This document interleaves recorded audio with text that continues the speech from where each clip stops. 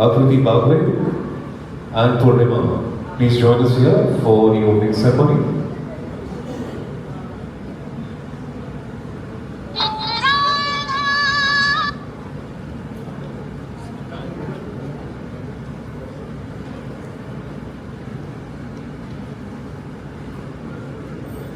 So we have with us Mr. Vijay Kalantri, who is a visionary leader who has been a pivotal force in shaping India's trade landscape. As the chairman of the World Trade Center, Mumbai, he has not only promoted business connections but has also empowered countless ventures to scale new heights. With decades of leadership and an unwavering commitment to economic growth, his contributions are renowned. Let's welcome the dynamic Mr. Vijay Kalantri, Chairman of the World Trade Center.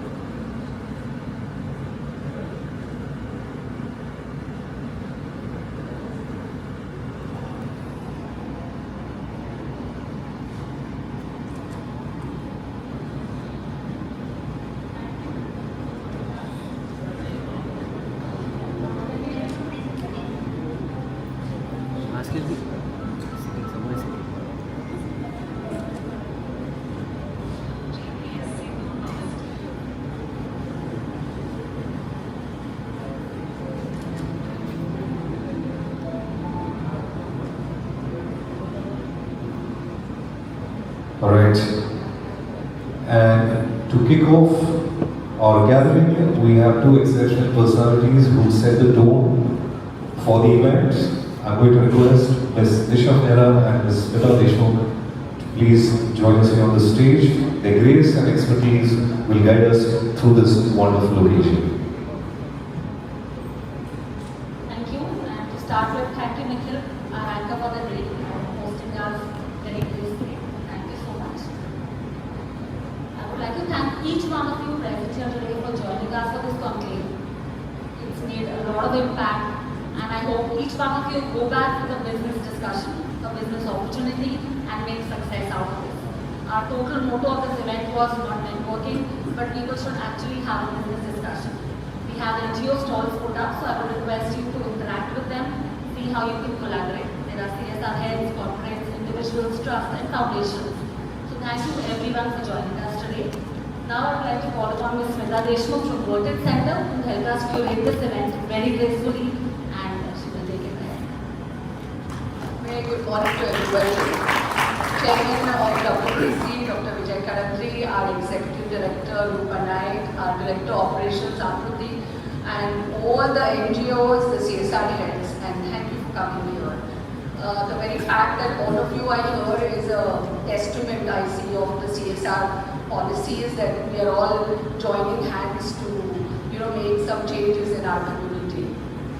My personal connect with CSR came in the year 2002, when I was suddenly asked, I was working with Times of India those days, and I was suddenly asked to become a member of the Times Foundation, led by a dynamic chairman, Hindu Jain.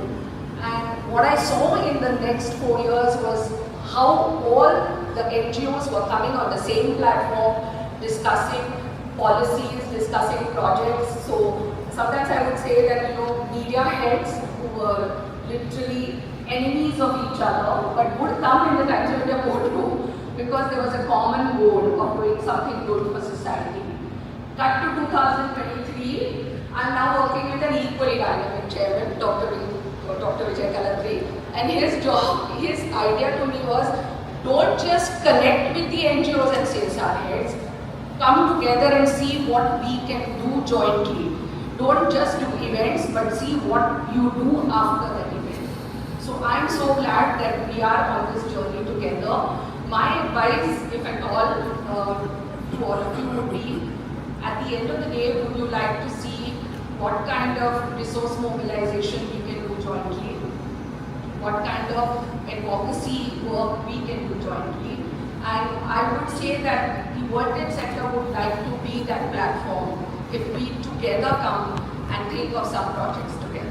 Thank you very much, and I hope you have a great day with us today and some great discussions.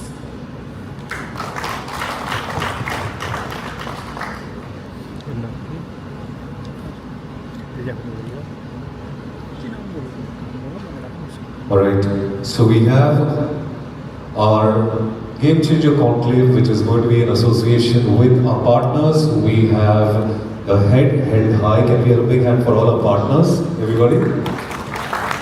We have the Women Ovator group also here with us. Can we see a raise of hands from the Women Ovator? They're not here as yet. Alright. And also we have the India Business Group. Can we have a big hand for India Business Group? And the mentor, my board. Alright, so can we have a big hand for mentor, my board? And the conclave has been co-partnered by Bharatiya Vidya Bhavan's SPJIMR. And this lovely event has been organized by the Blink Prime event. So a big hand for the event team for putting this together. And we now welcome Ms. Priya Pansare, who is the dynamic CEO of India Business Group, a leader in driving business growth.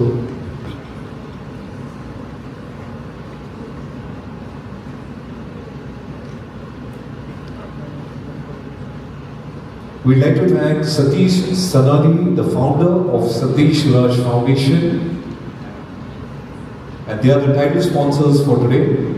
So let's hear a big hand for Mr. Satish Sanadi from the Satish Raj Foundation Group. We now call upon Mr. Vijay Kalantri. He is going to be joining us here on the stage. Yes. And I'm going to request him to please share a few words of wisdom. So please kindly join us on the stage, sir. Mr. Vijay Kalantri, please put your hands together loud.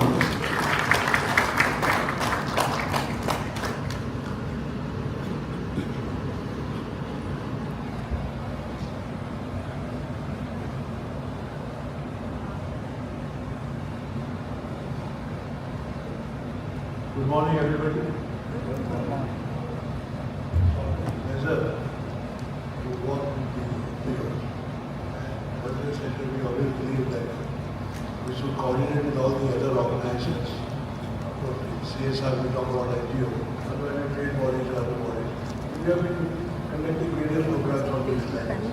But Madam Mehra of the Blink, and she was very keen that we should have some events together. And I told Smita, as she rightly said, we will do something where we participate, we relate, and we are able to see that as a part of CSR, we will do something with industry, trade, NGOs, and coordination of all together.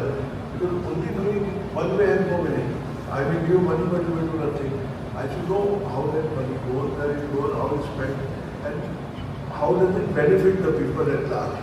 Other than no sense of having some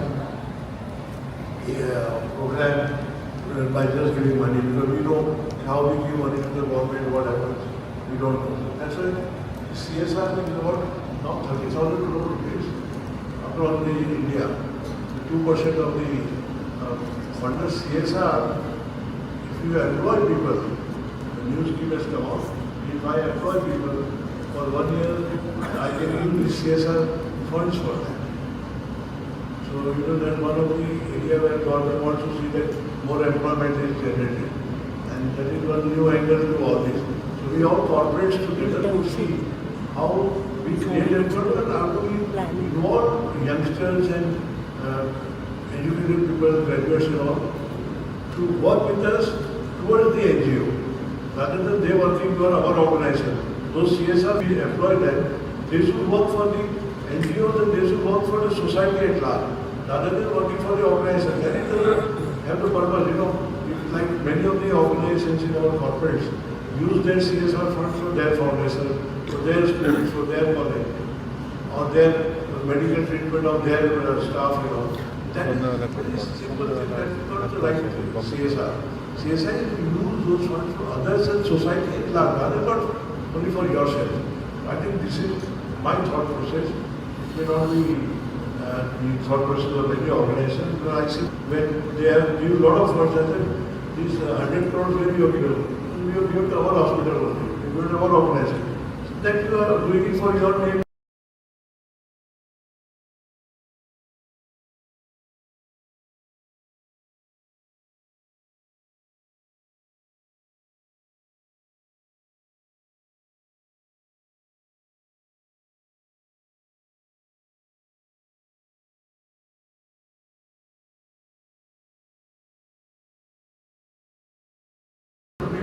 Well utilized for this community and society at large. That is the whole idea behind it. Because world over, world over every organization, in India it is a new concept, world over every organization, they have a foundation. They don't have wait for the government to come out with the notification of CSR or this that. They have a foundation and they earmark certain funds.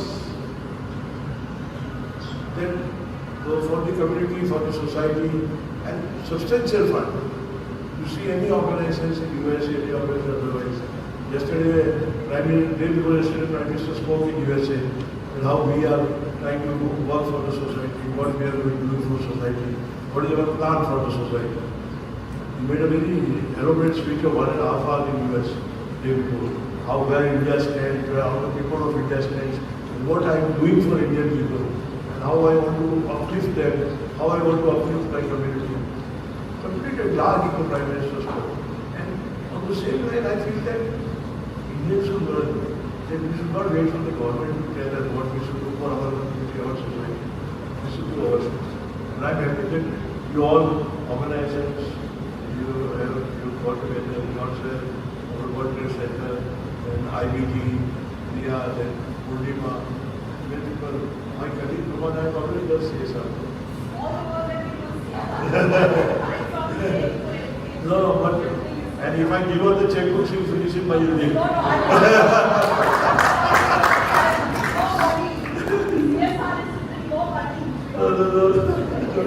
So in lighter sense. But what I say is, CSR is doing something for others, and we all believe service to humanity is the best work of life. There's a motto what should give. What service you do to humanity is the best work of life. That's the way you motto.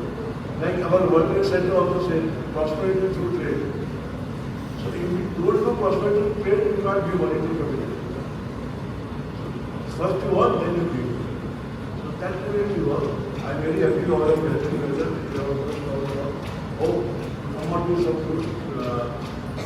conclusions and we implement them for betterment. We can make some good corporate suggestions to government, how they go about. Today, a lot of bureaucracy, a lot of things, you can't give fund here, you can't give fund there, you can give fund there. That's not the way to go.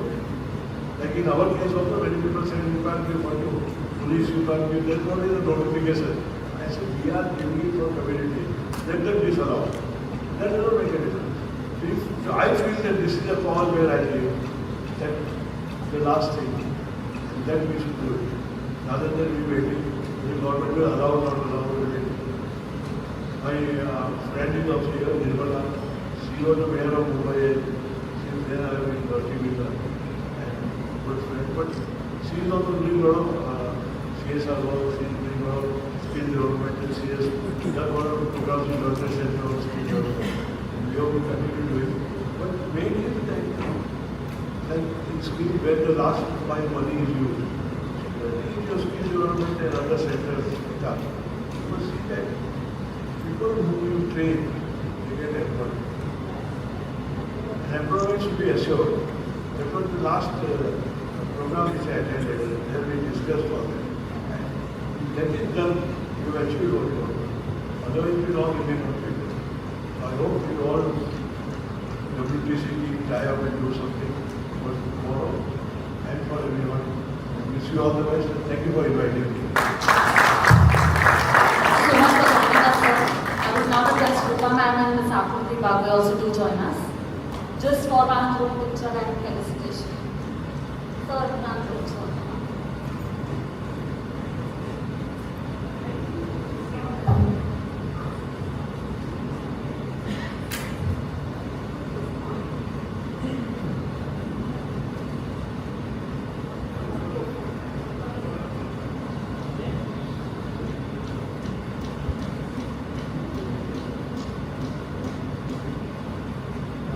We'll now be presenting this token of gratitude.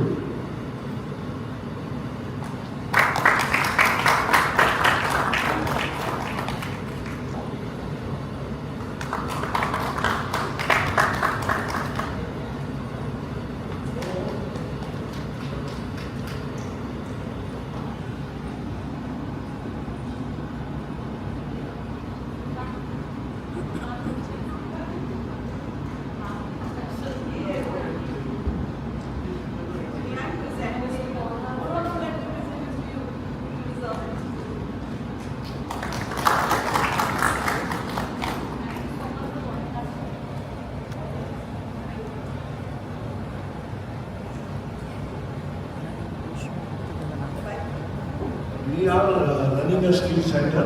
One or two programs we did with Nirmala also and Smita is conducting. I think what skill center means that you train people, get them employment, see that they are properly rehabilitated. That's the whole idea there. Thank you. Thank you. I think the Portrait Center has supported us a lot to curate this event, especially Now I would like to thank our title sponsor, Mr. Satish Sanadi. He is the founder of Satish Raj Foundation. They do exceptionally good work out of the way from their regular routine activities in supporting education, health initiatives. They support women, the youth, getting employment opportunities. So some amazing work. I would request you all to please connect with Mr. Satish post this. Unfortunately, he could not make it at this event due to an unforeseen situation at home. But they have really supported us for this event and doing some amazing work. Thank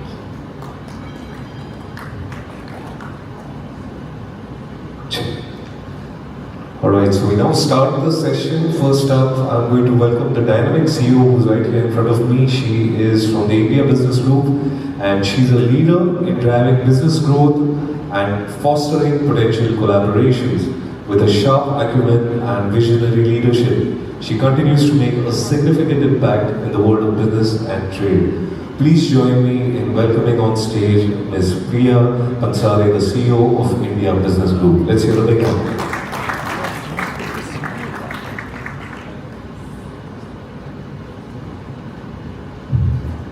Good morning, everyone. First of all, I would like to echo the thoughts of Mr. Vijay Kalantri, Chairman, World Trade Center, of everything that he shared. And it's an honor to be over here today at the CSR-NGO Game Changer Conclave 2024. I want to begin by acknowledging Nisha Mehra, the lady behind this event and a valued member of our chamber. Her hard work and dedication have brought together the CSR and NGO communities in such a meaningful way. My thanks to the World Trade Center for hosting and facilitating such an important gathering.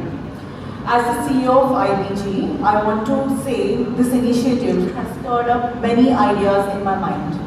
While we haven't yet ventured deeply into CSR-NGO collaboration, this event has inspired us to consider new ways in which we can contribute to this important ecosystem. One of the key areas we are excited about is creating more connections between businesses and NGOs. We see enormous potential in helping businesses fulfill their CSR goals by partnering with the right NGOs.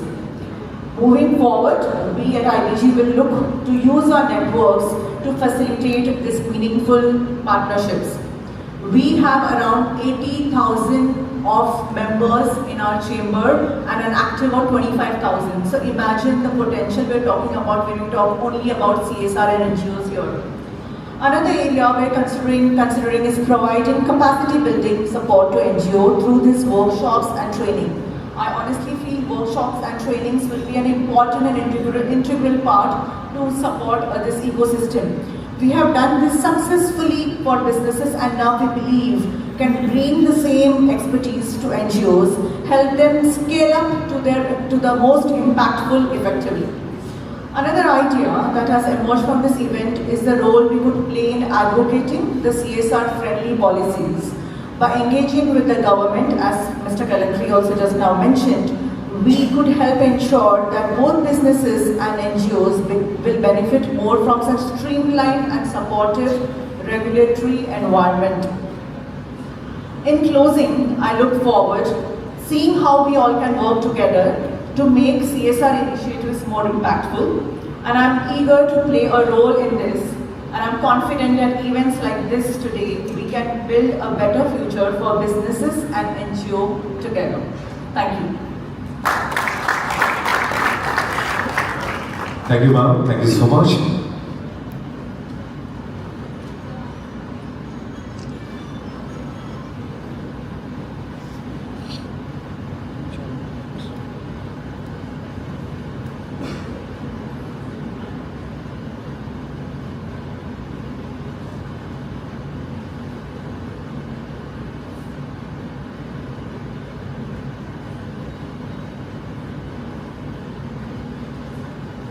Thank you, Priya ma'am, for joining us here at the Game Changer Conclave. We look forward to a very interesting discussion. And now, I would like to request from the Save Medha Foundation, we have with us Subhankar Sarkar. I would like to request him to please join us on the stage. Can we have a big hand for Subhankar Sarkar?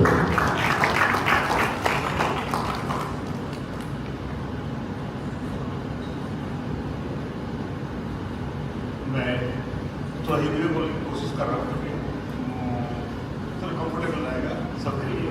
Okay, हमें परसों खबर मिला कि ऐसा एक programme हो रहा है मुंबई में। हमने कल टिकट किया, आज रात को आ गया, बस एक वार्ड के ऊपर भरोसा करके। ये गेम चेंजर है। क्यों? ये वर्ड हमारे लिए बहुत इंपॉर्टेंट है। हम ऐसा कुछ कर रहे हैं, जो सिर्फ हमारे देश का नहीं, पूरा वर्ल्ड का गेम चेंज कर रहा है। मैं छोटा सा एग्जाम्पल देता हूँ।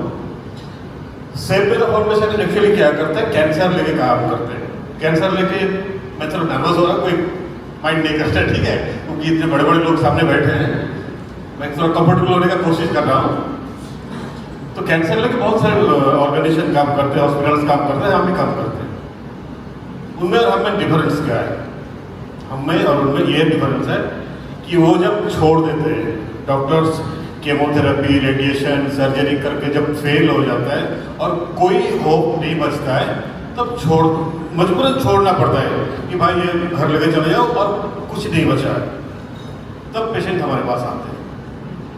हमने वो सब पेशेंट में से 80% के ऊपर पेशेंट को हमने रिकवर किया। हमारे आज के डेट में ब्लड कैंसर का सक्सेस रेट है 95% प्लस। कौन सा पेशेंट? Rejected patient. इसको रिजेक्ट कर दिया, आप हमारे पास लेकर आओ, हम 100 में से 95% पेशेंट को हम रिकवर करके देंगे। सिर्फ थैलेसीमिया में। अभी बोलेंगे वो 5% क्यों नहीं होता है? क्योंकि वो 5% कैसे होता है? कोई आया हमारे दरवाजे तक पहुंचा, दम तोड़ दिया। एक दिन 2 दिन का दवा लिया, दम तोड़ दिया। थोड़ा 15 दिन तो टाइम चाहिए ना मेरे को, मैं थोड़ा तो कोशिश करूं। ये हम काम कर रहे हैं। जब उनका खत्म होता है, वहां से हमारा शुरू होता है। ये एक मेन पॉइंट है। दूसरा पॉइंट ये है कॉस्टिंग, ट्रीटमेंट कॉस्टिंग। हमारे आज तक जितना पेशेंट हमने रिकवर किया है, हमारा वेबसाइट है सेव मेधा फाउंडेशन, वही बन रहा है, अब थोड़ा बहुत जाकर देख सकते हैं। हमारा फेसबुक पेज है, यूट्यूब है, देख सकते हैं। आज तक जिसका सबसे ज्यादा खर्चा हुआ ये पूरा रिकवरी पीरियड में, किसी का आज तक 2 लाख क्रॉस नहीं किया। First day to last day. हमारे पास अगर फर्स्ट डे में कोई कैंसर का पेशेंट आता है, हम उसको आज के डेट में चैलेंज देके 6 महीने, 7 महीने, 8 महीने के अंदर उसको फुल रिकवर कर देते। और हम चैलेंज करते हैं, कभी रिवाइव नहीं करेगा। तो हर एक के मन में एक सवाल आ सकता है कि ऐसे कैसे होता है, क्योंकि मेडिकल साइंस तो ये बोलता नहीं, मेडिकल साइंस में ये तो है ही नहीं। और खुशी की बात ये है कि हम मेडिकल साइंस को फॉलो ही नहीं करते। हम मेडिकल साइंस को फॉलो नहीं करते, हम अपना साइंस फॉलो करते हैं। हम मानते हैं हमारा ये जो शरीर है, ये शरीर 77 मिनरल्स एंड 30 विटामिन का कॉम्बिनेशन है। ये मैडम की आंखों में चश्मा क्यों है, मेरी आंखों में चश्मा क्यों है? क्योंकि हमारा आंख का जो सेल्स है वो कमजोर हो गया है। क्यों कमजोर हुआ है? क्योंकि ये सेल का जो स्ट्रक्चर है, अच्छा मैं बता दूं, मैं मेडिकल फील्ड से नहीं हूं, मैं इंजीनियरिंग फील्ड से हूं, तो उस एंगल से मैं सोचता हूं, ठीक है। तो ये कमजोर क्यों है? क्योंकि उनका डीएनए कमजोर हो गया। क्यों कमजोर हो गया? क्योंकि डीएनए का जो रॉ मटेरियल है उसका कम है शरीर में, इसके लिए कमजोर है। उसका फिर से वापस डालते हैं शरीर में तो फिर से स्ट्रांग हो सकता है। मेडिकल साइंस के रिसर्च क्या बोलते हैं, शरीर का जो सबसे फास्ट रिकवरिंग ऑर्गन है वो है लीवर, बट हमने देखा है लीवर से और फास्ट रिकवर होता है बोन मैरो। हम आज के डेट में ब्लड कैंसर में 95% प्लस सक्सेस रेट इसके लिए है क्योंकि हमने देखा है प्रैक्टिकली कि बोन मैरो सबसे जल्दी रिकवर हो जाता है। एक बोन मैरो ट्रांसप्लांट का खर्चा कितना है? 5 लाख, 10 लाख, 15 लाख, 20 लाख इतना होता है। हमारे पास 20,000 भी नहीं है। आप ले गए 20 से 25,000 के अंदर खर्चे के अंदर 2 से 3 महीने के अंदर में आप एक बार पहले बोन मैरो की रिपोर्ट लेकर आइए कि बोन मैरो ये स्टेज में है, ये हाल में है। 20-30 हजार में 3 महीने में फिर वापस जाकर रिपोर्ट कराइए। अब तो रिपोर्ट मिला लीजिए, मेरे को कुछ नहीं बोल रहे। तो ये गेम चेंज हो रहा है। हाँ, मेरे जैसे छोटे आदमी को कोई भी रोक सकते हैं, लेकिन आप लोग साइंस को नहीं रोक सकते। आप लोग अब दुनिया की कोई भी ताकत साइंस को नहीं रोक सकते। आज आपका हाथ में मोबाइल है, ये साइंस है। बड़े बड़े कोशिश किए थे, साइंस को कोई नहीं रोक पाया। तो हमने नया साइंस को बोर्ड में तैयार किया, नए तरीके से हमने जाना, नए तरीके से सीखा और हम यहाँ पर आए ये पार्टिसिपेट करने के लिए, अब सबको बताने के लिए। जैसे हमारे ये ट्रीटमेंट करने के लिए खर्चा भी ज़्यादा नहीं आता है, तो हमारा फाइनेंशियल रिक्वायरमेंट भी बहुत ज़्यादा नहीं है। हम आज के डेट में ऐसा उतना हालत में है कि हमारा वेस्ट बंगाल में अगर कोई ट्रेन में भीख मांगता है कि भाई कैंसर हो गया, मिलता है ना ट्रेन में, बस में, गाँव में, शहर में भीख मांगता है, कैंसर ट्रीटमेंट कराना है, थोड़ा हेल्प कर दो। आज के डेट में वेस्ट बंगाल में, गांव में, शहर में ऐसा कोई अगर भिखारी मिल जाता है, लोग सेव मेधा फाउंडेशन का पता दे देते हैं। हम कितना तक पहुंचे? हमने ना ही किसी के सामने हाथ फैला, या हमने थोड़ी सी हम इधर से 4 पैसे से 2 पैसे लेके जो बचता है वो 5 पैसे में खर्चा कर देते हैं। तो वो पैसा लेके कोई ऊपर नहीं जाने वाला, ऊपर ये पैसा चलता नहीं। तो इतना छोटा सा खर्चा है। और कैंसर में आज के डेट में कैंसर का खर्चा हमारे देश में पब्लिक की तरफ से, गवर्नमेंट की तरफ से और ऑर्गेनाइजेशन जो है जो हेल्प करते हैं उनकी तरफ से टोटल करें तो ये साल में 2 लाख करोड़ के ऊपर खर्चा है ओनली ऑन कैंसर। तो मेरे हिसाब से ये खर्चा, ये 2 लाख करोड़, ये हमारे इकोनॉमी का एक बड़ा बोझ है, इकोनॉमी के ऊपर बड़ा बोझ है। हम रिड्यूस कर सकते हैं, 90% रिड्यूस कर सकते हैं। ये जो 90% सेव होगा, ये पैसा हमारे देश के और भी बेटर काम के लिए यूज हो सकता है। हर एक परिवार का, अभी इनका सब इनका इनका परिवार में कैंसर हुआ, 20 लाख 30 लाख 40 लाख घर बेच दिया, ये बेच दिया, वो बेच दिया, कंगाल हो गया। कुछ नहीं, बस 1.5-2 लाख 2.5 लाख बस इनफ। और जल्दी मतलब फर्स्ट टाइम पे हमारे पास कौन सा आता था? पहले तो हमारे पास आते थे, तो मैं तो मेडिकल फील्ड से हूँ नहीं, तो हमारे पास आते नहीं थे। कौन आते थे? जिसका कोई पैसे नहीं, जेब पूरा खाली हो गया, डॉक्टर ने उम्मीद छोड़ दी, ये हॉस्पिटल नहीं ले रहा है, वो नहीं ले रहा है, वो नहीं ले रहा है, कोई हॉस्पिटल नहीं ले रहा है, तब मजबूरन हमारे पास आया। जो पेशेंट 2 दिन बाद मरने वाला था, वो पेशेंट 2 दिन बाद अगर लोगों के सामने घूमे फिरे, मस्ती करे, तो लोगों को आता है दिमाग में कुछ तो बात है, कुछ तो हो रहा है। ऐसा करते करते धीरे धीरे बढ़ते बढ़ते हमारा पहले एक सेंटर था, अभी हमारे 4 सेंटर है वेस्ट बंगाल में, हमने बांग्लादेश में भी एक सेंटर खोला है और आज बंगाल से निकल गया आप लोगों के पास आए, बस ये मैसेज दे रहे हैं। हमारा खर्चा भी ज़्यादा नहीं है, हमारे डिमांड भी ज़्यादा नहीं है। हम लोग आशा करते हैं कि इस साल में हम बॉम्बे में एक सेंटर खोल पाएंगे। बॉम्बे में ऐसा बहुत सारा पेशेंट है, हम वो फेसबुक पे देखते हैं कि वो ब्रिज के नीचे पड़े रहते हैं। कुछ ऐसा भी पेशेंट है जो घर से लेके आया, उसको ट्रीटमेंट कराने के लिए लेके आया, तो उसको पैसे वैसे सब खत्म हो गया, पेशेंट का कोई पॉजिटिव रिकवरी नहीं है, इसको छोड़ के चला गया। पेशेंट को क्या बोल के गया, मैं घर जा रहा हूँ पैसा लाने के लिए, और घर जाकर क्या बोला, वो पेशेंट मर गया, लेकिन पेशेंट मरा नहीं, उधर रोड पे पड़ा है। तो हम एक सेंटर खोलना चाहते हैं बॉम्बे में कि हम ये सारे पेशेंट को फिर से वापस ठीक कर पाए, खुशी खुशी घर भेज पाए, और ये पूरे दुनिया को बता सके कि कैंसर डरने वाला कोई बीमारी नहीं है, कैंसर से आसानी से रिकवरी। हम लोग कैसे करते हैं, मैं थोड़ा आइडिया दे देता हूँ। तो सब यहाँ पर साइंस का स्टूडेंट तो कुछ तो होगा, बाकी और सब लोग भी समझेंगे। हम लोग क्या करते हैं, देखिए हमारा साइंस पूरा ही अलग है। हम क्या मानते हैं कि ये 77 मिनरल्स है और 30 विटामिन का ये गेम है। ये गेम के अंदर जब अननेसेसरी चीज आ जाता है, अनवांटेड, जो ये 77 के बाहर है, इट्स कॉल्ड टॉक्सिन। और वो टॉक्सिन जब ज्यादा हो जाता है तो सेल डिविजन में पार्टिसिपेट करता है और सेल चेंज हो जाता है, डीएनए चेंज हो गया, इट्स कॉल्ड कैंसर सेल। तो हम लोग क्या करते हैं, पहले टॉक्सिन इंटेक को 0 कर देते हैं। जो भी एक्सेस टॉक्सिन है उसको डिटॉक्स करते हैं। अब हम लोग फोटो देखेंगे, अब तज्जब हो जाएगा कि ये पॉसिबल लाइक है।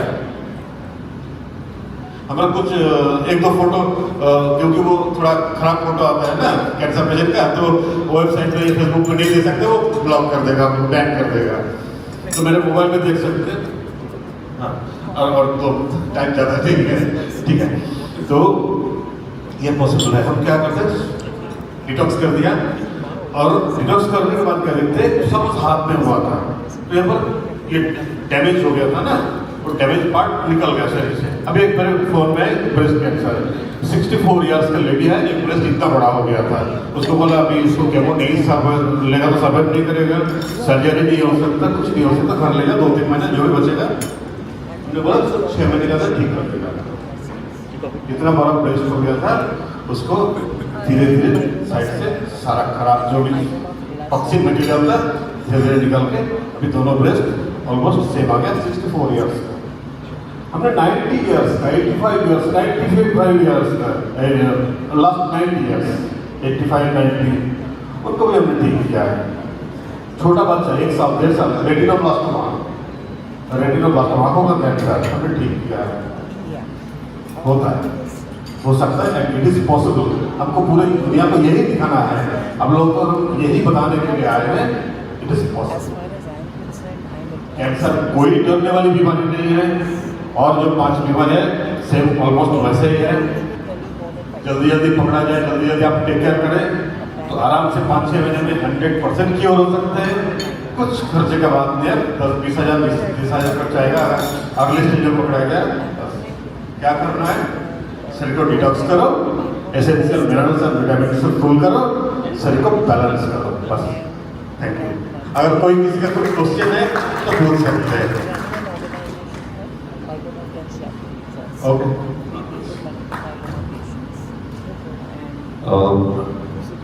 Sir, we are very grateful to your insight regarding cancer. So, I request you to please take this mobile device of yours. I think we need to hear a big hand for the gentleman for his lovely insight on the fight against cancer. This is going to be a very good initiative. So, for anyone who would like to connect with him, please feel free. And now, moving forward, we would like to welcome our insightful panel discussion. Navigating the landscape, the common challenges for CSR and NGOs in India. Today we shall explore the shared hurdles faced by CSR initiatives and NGOs in driving social impact. Our esteemed panelists will dive into topics like resource allocation, policy compliance, community engagement, and the path to sustainable development. Join us as we unravel the complexities. Joining us for the discussion, I request you to please give a huge hand for Ms. Roma Balwani, the co-founder of Roma Balwani Foundation. Let's welcome her on the stage.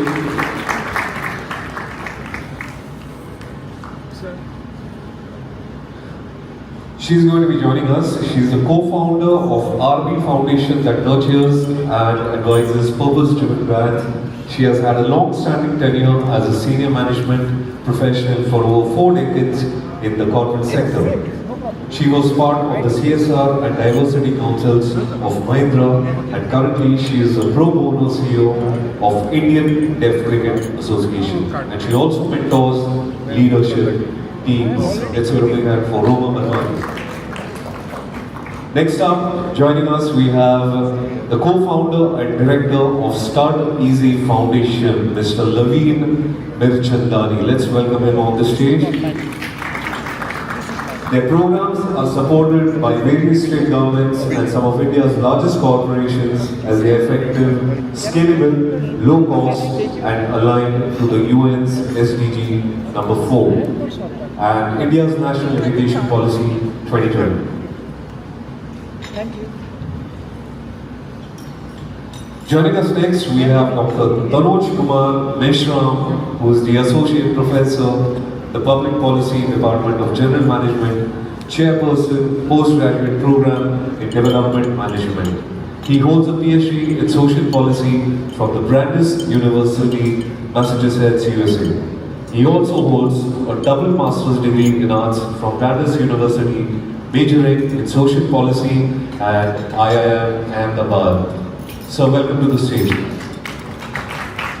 He is currently the chairperson of the postgraduate program in development management at SBJI-MR. Next up, joining us on the stage is the president of Green Computing Foundation. He is an experienced expert in the IT industry and sustainable IT. Let's welcome Dr. Diladri Chaudhary. With 34 plus years of delivery, consulting and training experience, he is an international author and also a well-acknowledged thought leader in the area of sustainable IT. And also, he has managed various alliances with organizations like HP, CA, Microsoft, Oracle Primavera. He is the founder and CEO of Celentro Consulting Services LLP and Celentro Private Limited Singapore, a consulting and training organization focusing on DevOps. Let's hear a big hand for Sir. And next up on the stage joining us, Mr. Pankaj Singh, who is the CEO at Head Held High. As the CEO, he provides the strategic direction and manages the organization to create collaborative partnerships.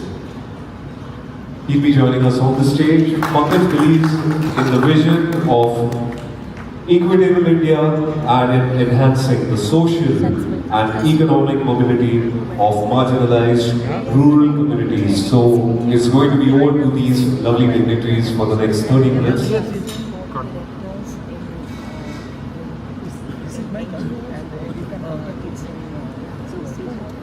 Subhankar Sarkar. Just check Save Medha Foundation.com. Save Medha.com. Yes. Website is here. अजून काही add करायचं This is the असेल mail ID.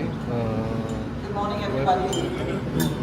It's really a pleasure to come here after a very long time where CSR Conclave has been started. I think many years back I was here in the same hall, and I think CSR has taken a stride ahead.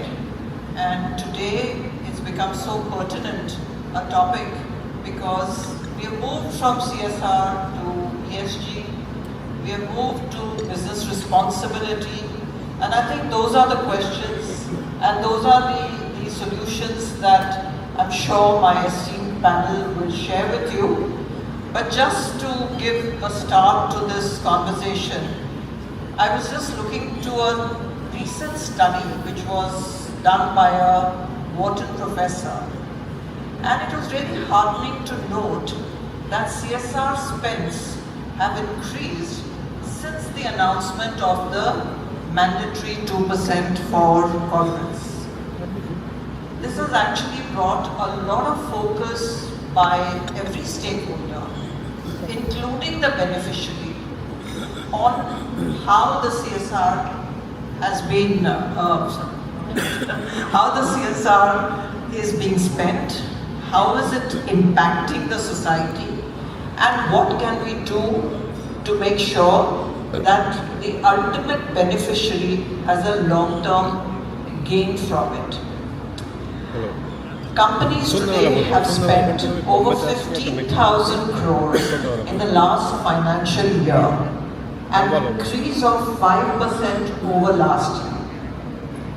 It is also noted that CSR strategies has aligned with the interest of influential stakeholders, investors, government, and as I mentioned, the public.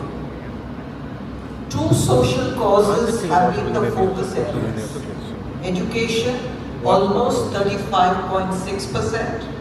Healthcare, 20.1%.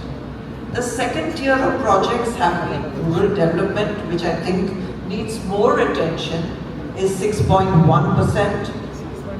Eradicating poverty and hunger, 5.6%.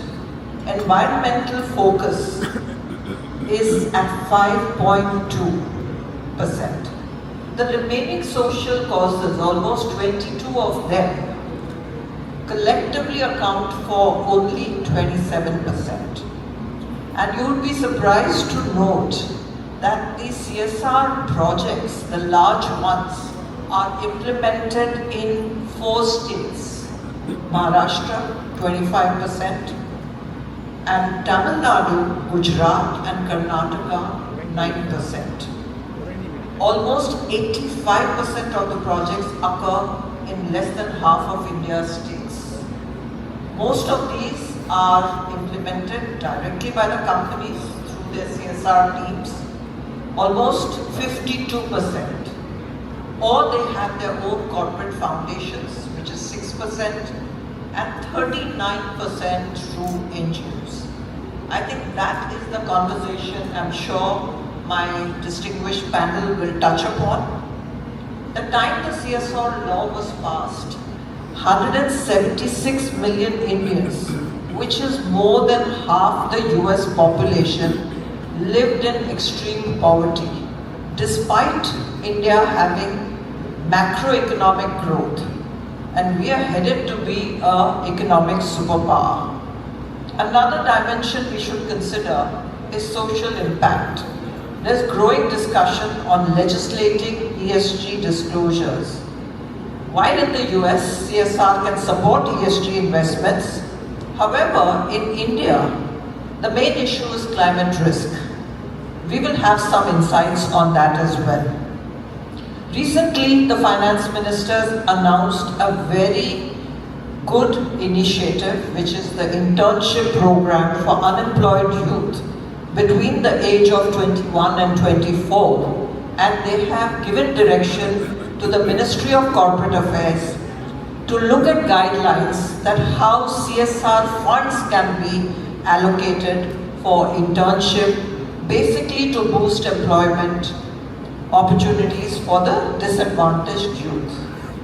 I think with this opening remarks that I wanted to share with you, the discussion becomes very important on what are the common challenges for CSR and NGOs and how do we navigate this landscape. You know, I'm going to start with Dr. T.K. Meshram. He has been the chairperson of the PG program in Development Management, S.V. Jain Institute of Management and Research, Mumbai.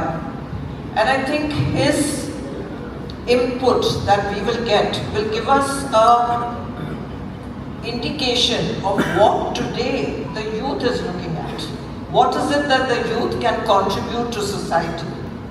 So sir, with your wide experience in public policy and being a former civil servant and now leading a successful formal development management education program at one of the leading business schools of the country. For students who are keen on social change, how has the landscape for non-profits evolved and how are they impacting social change?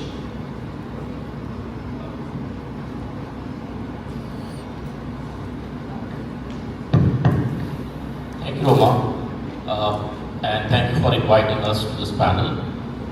I was expecting other people will start.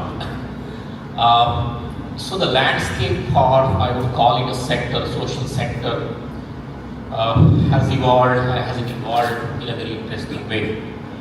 But a quick glance at what youth want today and what people want. I interact with a lot of students, a lot of alumni, and people are interested to work with a social change. I will come to the landscape a little later, but I would say currently the job is not just the job for people. They think that they get good salaries and they have power. And I work in the government. People look at power, authority, and whatever kind of things. But people want to identify with some purpose actually. What is the purpose of my life? What is that I want to do actually? Is there a kind of a satisfaction I have in the kind of work that I do, for example, you know? And increasingly we get people from the corporate sector who want to switch over to the social sector after working for a few years. They said, oh, I thought this is not something that I wanted to continue entire my life and I want to work on it. There are people from the government who want to, I came out of the government actually, you know, after working almost 18 years in the government. I came out and started working in the foundations and the sector. So we get increasingly more and more number of people. I have good number of students who were preparing for civil services. They wanted to enter the government. They somehow, you know, there are too many people who appear for the civil services. Now they thought that an alternative career to the civil services could be a career in the social sector. And that could be in the CSR, that could be in the NGOs or foundations or social enterprises. Okay. So yes, a youth as well as the older people or mid-career people increasingly want to work in the social sector. The question for us is how do we prepare them actually, you know? There is certain amount of a willingness to work, there is certain amount of a willingness to contribute to the society, solve certain societal problems. Actually, how do we help them? How do we work with them? You know, so that's one problem of the story. The second problem which is related is how the sector has evolved. What we call the social sector was originally called as a voluntary sector actually. The entire idea of working in the social sector has emerged as a voluntarism, that I live in a particular community and I find some problem there actually. I think, can I do something actually? I don't expect a salary, I am not a full-time person.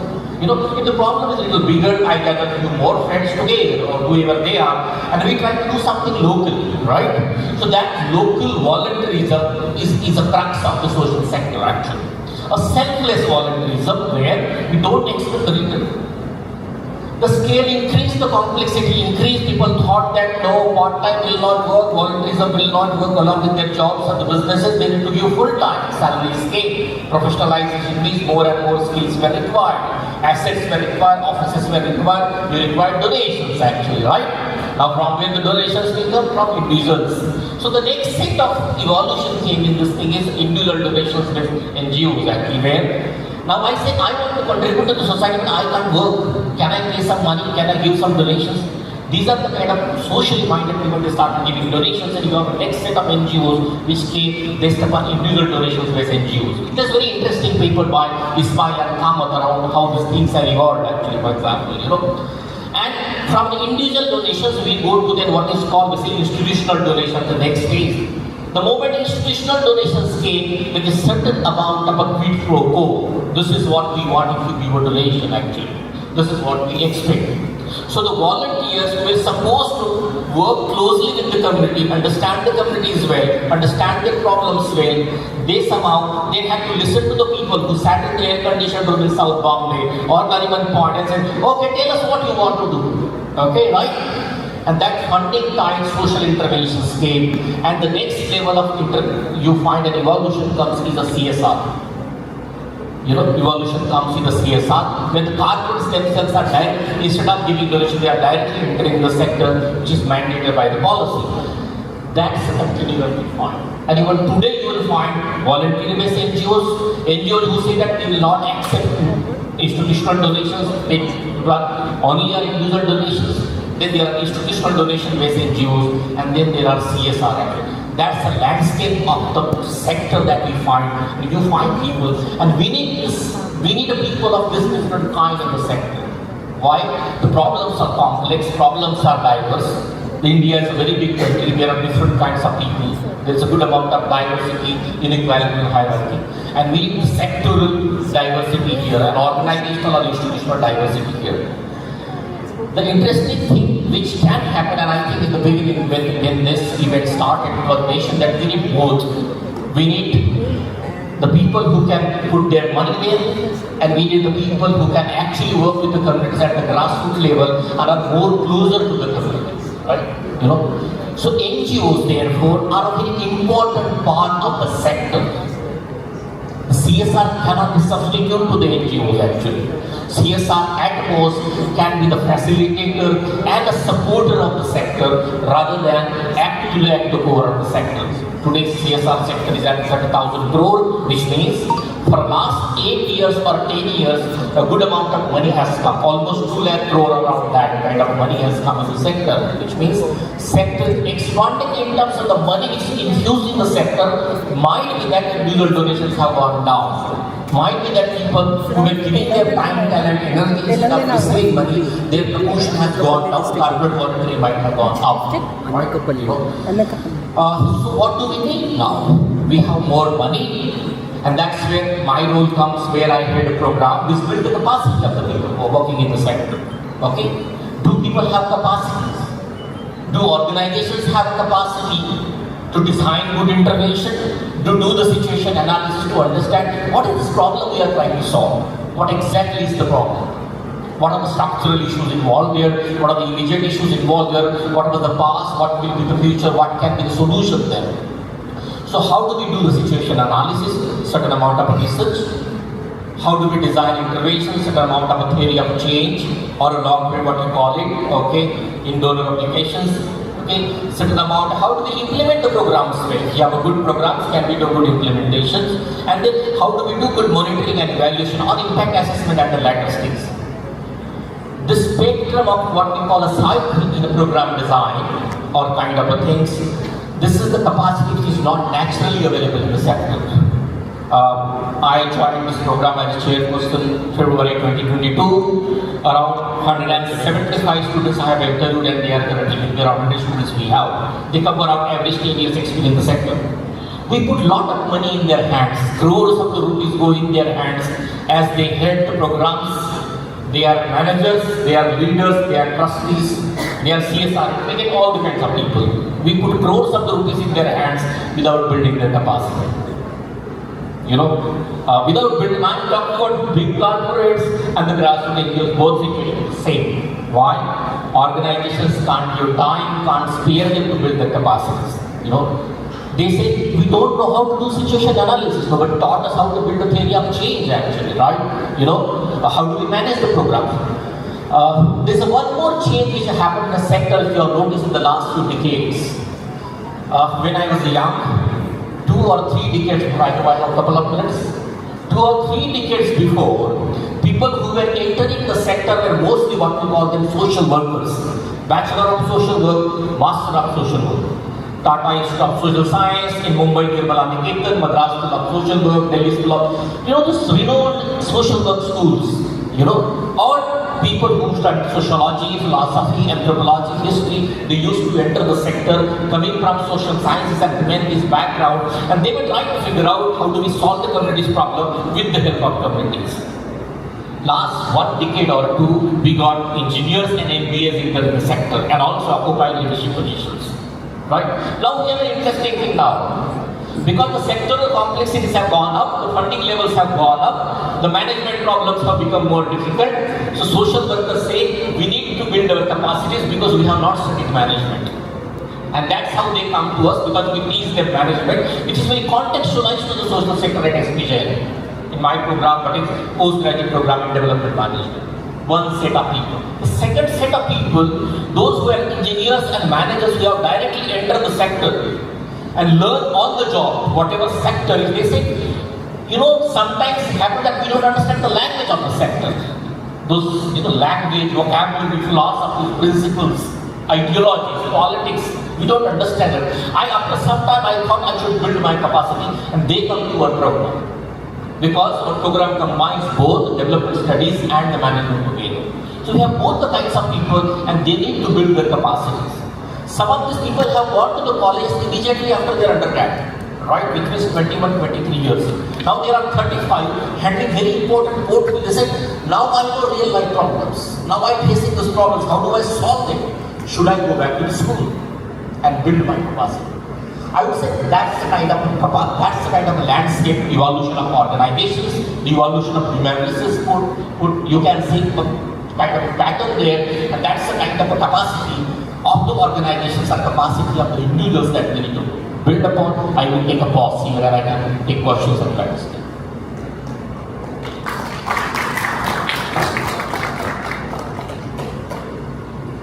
I think this was very insightful that we know that capacity building is one of the stumbling blocks that many corporates, many individuals face because they may have their own expertise. But when they want to give back to society, they need to do it in a meaningful way that it impacts society. They can monitor the beneficiaries, they can see the results, not only make it a tick box, because those are the kind of CSR, like I said earlier, that you go for the usual CSR activities, but now there's much more. We have to look at the 22 other activities that can impact the individual, society at large, and I think that's what is going to help young people, the youth, to go into these management programs. And this is a very unique program that they have instituted. I must commend the organization for doing that, because not many people have, let's say, a formal education to understand what they can contribute in the development sector. I think that is something very, very critical for us to understand. Taking that forward, how do you look at people in the rural landscape? How do you look at how you can nurture this kind of feeling, passion to give back, even at a young age? Let's hear from Lavin Mechandani, the co-founder of Save Medha Foundation. My first question to you, being a young entrepreneur of a non-profit, have you created social impact through school education in rural areas? And what are the challenges you face there? Good afternoon, everyone. Continuing on what Sir just said, unfortunately, I didn't have the privilege of attending your program. I've had to learn the hard way, do 9 years of work in the industry, understand the ground realities, and that is where we as a company should be.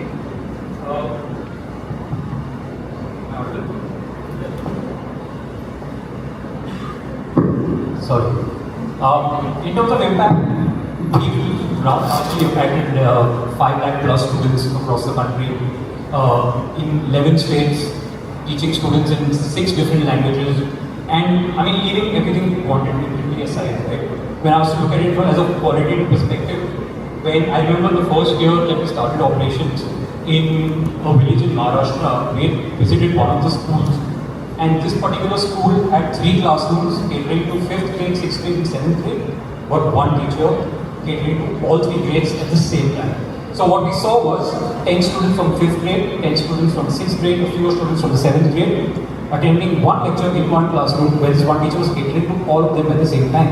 And we know that educationally that is not possible, that is obviously not as far from ideal. And when we spoke to our funders, what we managed to do was roll out our technological systems in the classrooms, which ensured that the teacher would handle one lecture at a time, while the students continued to use the technology in the classroom to continue their learning, and it didn't get hampered.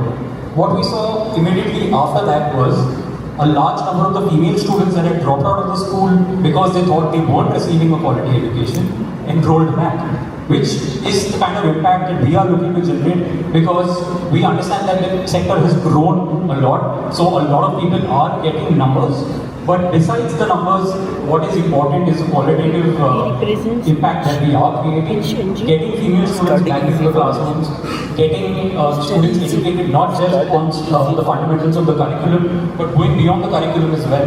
What we've been able to do with our network of schools and systems is go beyond the curriculum, provide programs related to health and wellness, or for that matter, nutrition, water conservation, and that is the kind of impact we've been looking to generate. So yes, it has been challenging.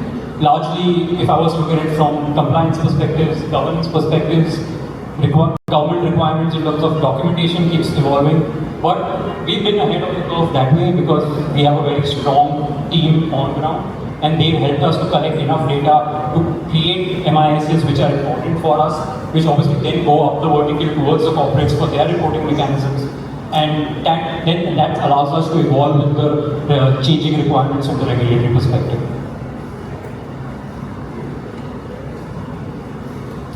Thank you. I think this is another perspective that you start young, and the fact that we are almost a 70% agri-economy. We must look at vernacular mediums of instruction, which I think you've taken as a pioneering step. I was very impressed to hear about this, and so many students will now get an opportunity to also shape their own destiny. Their destiny is in their own hands, beyond what education can provide. As you saw, that CSR is being focused on education for the underprivileged. These are the social causes. Health is a very, very important and very relevant because in rural India, the cost of health, wellness is pretty high, and I think these are the two major social causes. But when you start young, and you start building a mindset, you get civic sense. I think that civic sense comes from them because they then come and teach us people in the urban areas to be more conscious of the civic sense that they have now inculcated through their formative years. I think that's been a very, very insightful journey that you've taken, and I think there will be many students who will benefit from it. Now that we see that we are getting into the space of other activities for CSR, you need management strategies, you need insights into what is the new technology, and let's hear from Mr. Pankaj Singh, the CEO of Head Held High Foundation. Pankaj, with your expertise, and I know that we've been old colleagues as well, we started our careers together, it was such a pleasure to hear that. With your expertise in creating winning strategies, which basically intersects the business and social good, what has been your experience in helping the marginalized community benefit through equitable market practices? Can you throw some light on it? Good afternoon, everybody. Thank you for having me.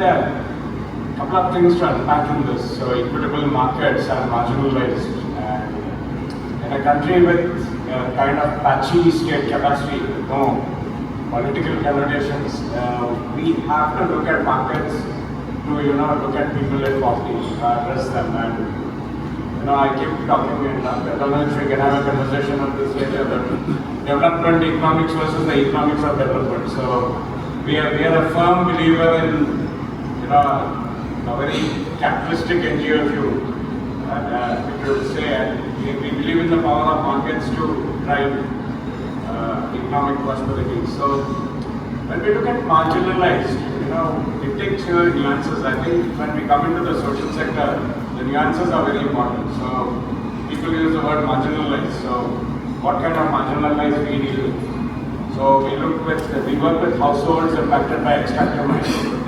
125,000 of them. That's one kind of marginalization. We are funded by UN Women, and there the marginalization is most women have an alcoholic husband. So how do you drive economic prosperity there?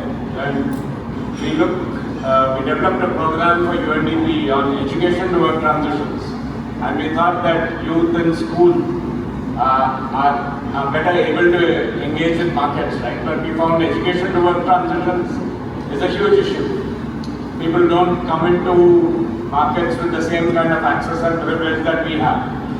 And then the head-and-neck core program is dealing with low-schooled, unschooled youth, and dropout youth who have dropped out of class 4, class 5, and unfortunately most of them are women. So how do you deal with that kind of marginalization? So, when we look at markets and when you say how do we get them to work for people who cannot access it and don't come into it with the kind of opportunities we have, it gets very nuanced. So I won't get into the philosophy of the marginalization. I just thought I'd put it out there in context to say how do you get markets to work with different nuances of marginalization. So we work more in the non-farm sector, so agriculture I think someone else can talk about. But what we see, the youth of India unfortunately want non-farm jobs, they want non-farm livelihoods. And since we address poverty, we are looking at how do you address the seasonality of income, which is a diversification strategy of creating women entrepreneurs.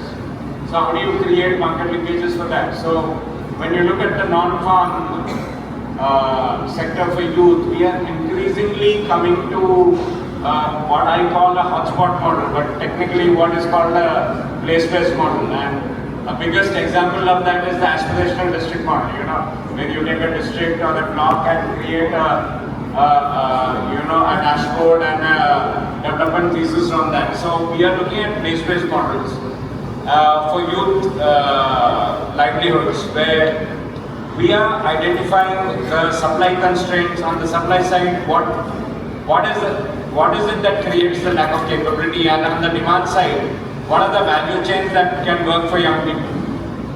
So we look at, in terms of value chain, we look at one district, one product.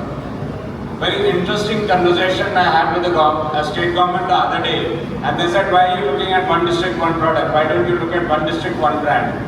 Why don't you work with all the assets we have within the district, create a brand, and how can we create livelihoods from that? And one thing which I do, which is hopeful in a current political climate, I see bipartisan conversations on both sides. So they may talk anything for words, but when they come into power, it's very bipartisan, saying the same things work. So one district, one product is a good value chain. One district, one brand.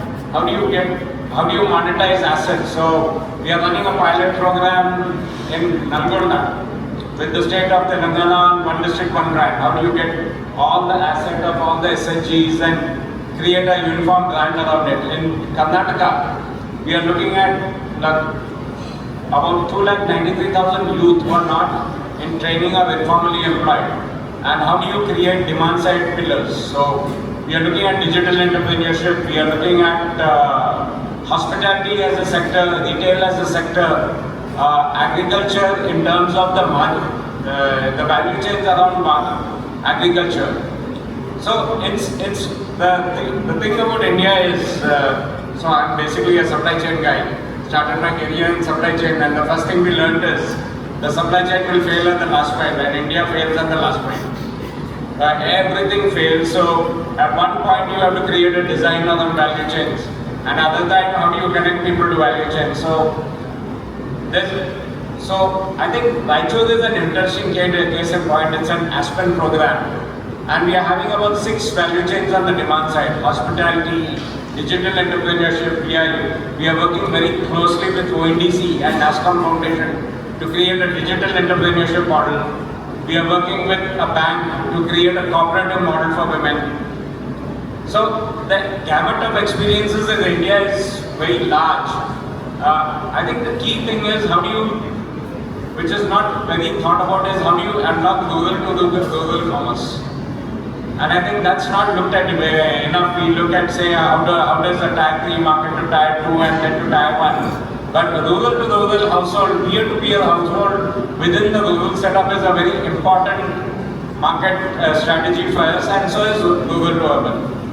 I think the thought what I leave you with is the government comes up with a lot of policies which one works very well in one district and fails extremely badly in the other. Like in Nandurbar in Maharashtra, the banana fiber, one district, one the product works so wonderfully. But in the other district, we fell flat on our face. So we have to look at those kind of value chain strategy. But if you ask me, couple of things. When we look at women entrepreneurship, collective models, cooperative models, rural assets. What are the rural assets? How do you create livelihoods out on that? When you look at youth, what are the MSME models? What are the MSME value chains? What are the safe migration policies? What can you bring in terms of, say, a hospitality sector into the district? So I think those are the models that work. But I think we'll add to that as we go later. But these are some thoughts I put on the table. Thank you. I think this is where we are. This is the new India. And this is where we have to take recognition of the fact that we have entrepreneurs, we have women entrepreneurs. And I'm reminded of a time when I was with the Vedanta group and I visited Odisha and went into the interiors of a place called Lanjigarh, which I visited for the first time. And it was so heartening to see these women who were so creative, but they had a mindset to succeed. Like he said, most of their husbands were alcoholic. They didn't have any means of livelihood. They would sit around, they would beat the women. So the first thing we did was take up that social cause of making sure that these women are given that respect. And then we said that they have such good products that they produce.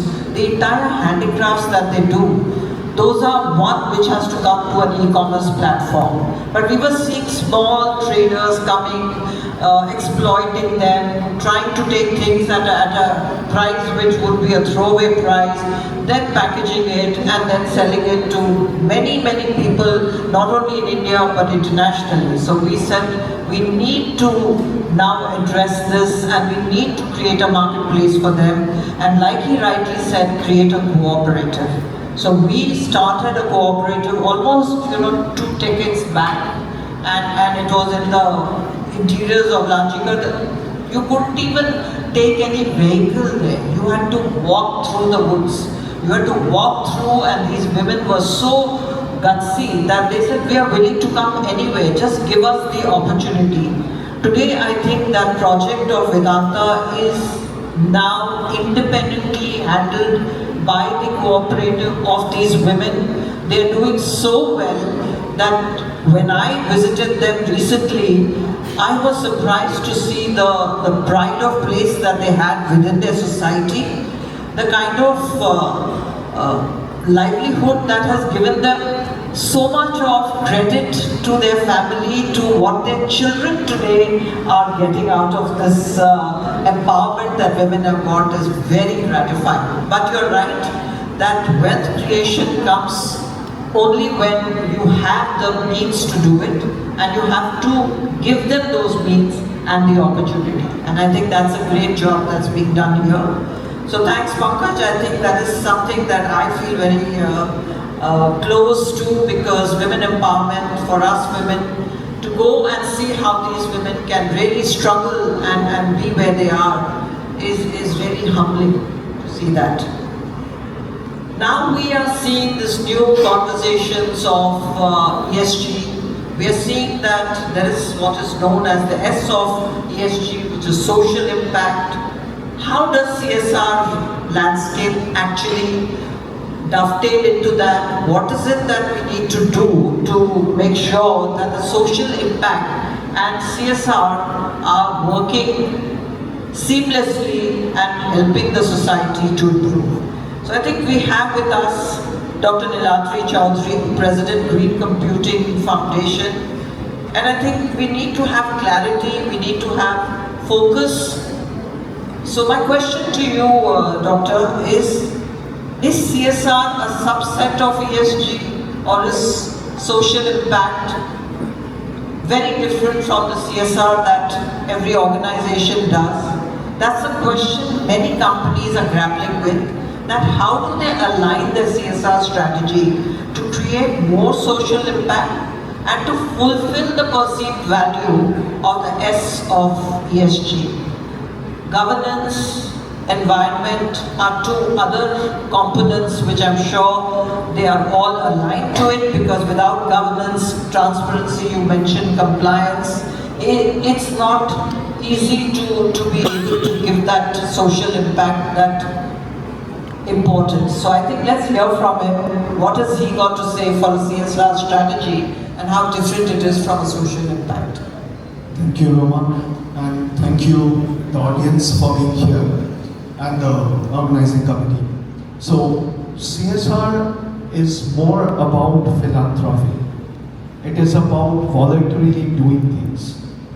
Whereas environment, social and governance, ESG, is not about voluntary. It is about the business looking at the financial impact and looking at the risk impact. So CSR is definitely a subset of ESG, and it cannot operate independently anymore, because whatever we are doing in CSR has to be in alignment with the business. That is where it comes. Now, coming to certain example, for example, if you look at a technology company. Now, if you look at a technology company, you will find that everybody is given a laptop. Now, the challenge is not the use of laptop. The carbon footprint that comes out of the laptop is also because of the mining, because of the processing of the metals that are there. We all talk about, let's say, electric vehicles, EVs. What about the batteries? What about the minerals for the batteries? Now that has significant social impact, because wherever there will be a store of these huge amount of minerals, there will be an impact in terms of people being used to take out the mineral, not paid right. The processing will be done, there will be geopolitical tensions, all these aspects comes into play. And it has to be looked at by the organization itself. So what can we do? We were just having a round table of just a couple of days back. And one of the European banks, what they have done is, they have made it into bring your own device. So you are not forcefully making the people to use two laptops. One for the office work, one for the personal work. And today technology can help, because technology today is having the capability of virtual desktops which can be used, and it is as good and secure as possible. So you don't have to buy two laptops, you don't need to manufacture that many, right? That is one part of it. The other side of it is, let's say, how many of you know that, heard about the company called TVS? So what does TVS do? Scooters, right? Do you know that TVS has honey business? I also didn't know. Now TVS has honey business. Now technology has to look at how to improve, and you know that bees are one of the insects. If they are not there, human beings will not be there, right? So in that honey business, they saw that the lifespan of the bees were going down. But because they were having the data which was coming from the field, they could use analytics to find out why the lifespan was decreasing. And then the experts could take the necessary action to take it forward and increase the lifespan, right? Now, so the point here is, we have to align it to the business profitability, the business sustainability, and we have to align it to the risk aspect of business.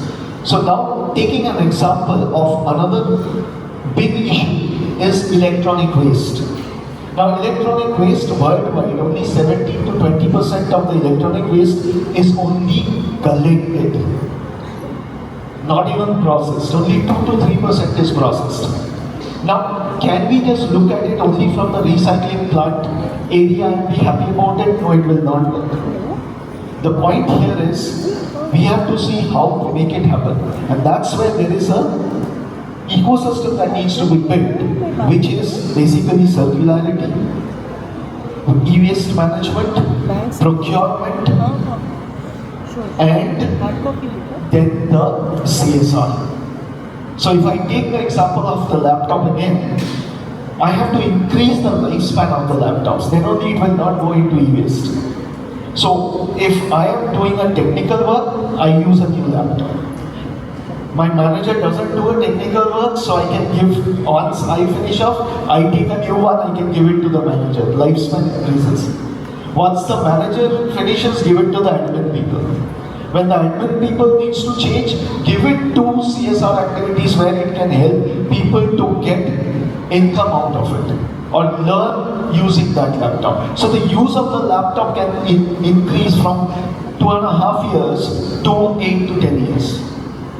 And there is no problem with that. So now you see that how the entirety, that the ecosystem has to work.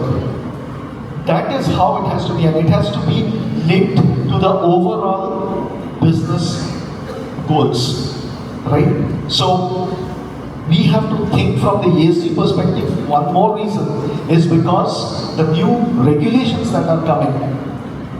This month, the International IAASB, International Accounting and Auditing Standard Board, has passed the 5000 series assurance. And this new assurance requires audit not only of the financial accounting, but also of the environmental accounting. RBI in February has already taken out a memo on this, that there has to be a double materiality assessment which has to be done for every organization. If you look at IFRS S1, S2 in UK, CSR team, all of them are talking about the same thing. So we cannot live without looking at the environmental aspect, which ultimately affects the society, which ultimately affects the S. So when we look at ESG, E is not separate, S is not separate, G is not separate. All the three, E, S and G, are the three pillars, and all the three has to work together. And CSR also has to play a significant role in achieving the ESG goals.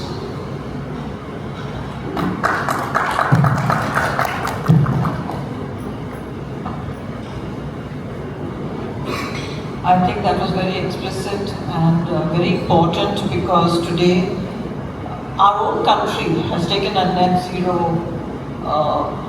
promise, and that was first 2050 and now it's 2070, as I understand, because we are a coal-fired economy and we need to understand how we are doing business responsibly. And that's why many organizations, you mentioned the commodity business where I also come from, we really had to look at the regulations, we had to look at how we can operate in an environment where we don't harm the environment, we make sure that the community is not harmed in the long run.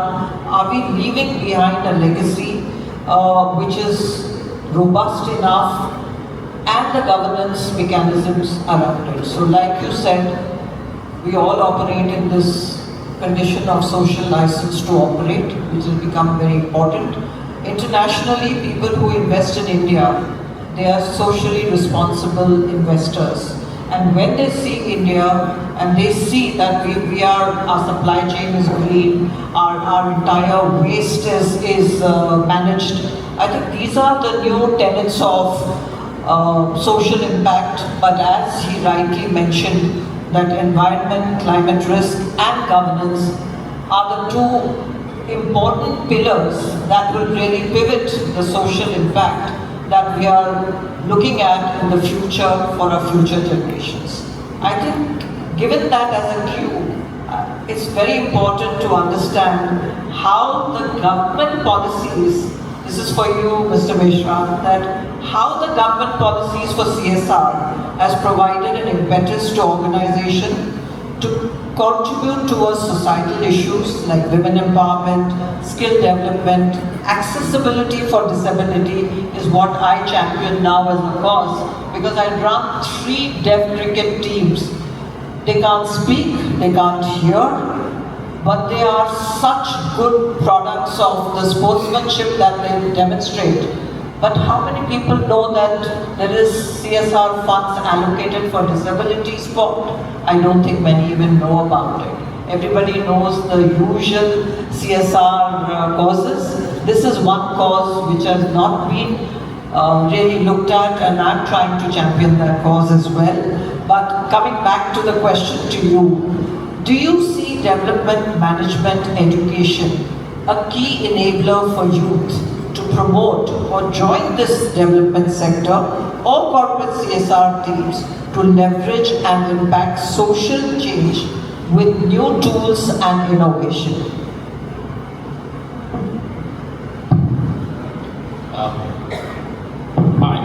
I think I answered these questions largely in my first talk.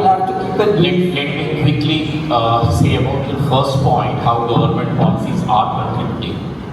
I'm a student of public policy, and my PhD was on why policy implementation fails. Now, in a welfare states, if the policies work well, then NGOs have lesser and lesser role to play. They only become watchdogs on new policies. Policy work, advocacy work is the main work that they have to do. If the policies are designed well, the policies are implemented well, actually, then we don't become a service provider. We don't require to be a service provider. So we are mostly in the what is called civil society space. So that's the first part. But a lot of policies now which are coming, they are anticipating the role of the private sector. They are anticipating the role of the NGOs, right? So there is a certain amount of a partnership which is anticipated when you at the policy design step itself. Largely, implementation stages. I think NGOs can play a good role actually by partnering the district and state government. More importantly, district administrations actually, because it is implementation happens at the district level, and NGOs are, if they are working at the ground level, grassroots level, they can partner with the district administration. Both in education, for example, like studies is doing the work, or in skill development, or in environment, or agriculture, whatever you talk about, district is a good place to partner with the government there, and there are people, they need that. All the NGOs are not supposed to be the Bombay or Delhi, actually. There is a less amount of work which happens in the Bombay and Delhi, right? So that's the first part.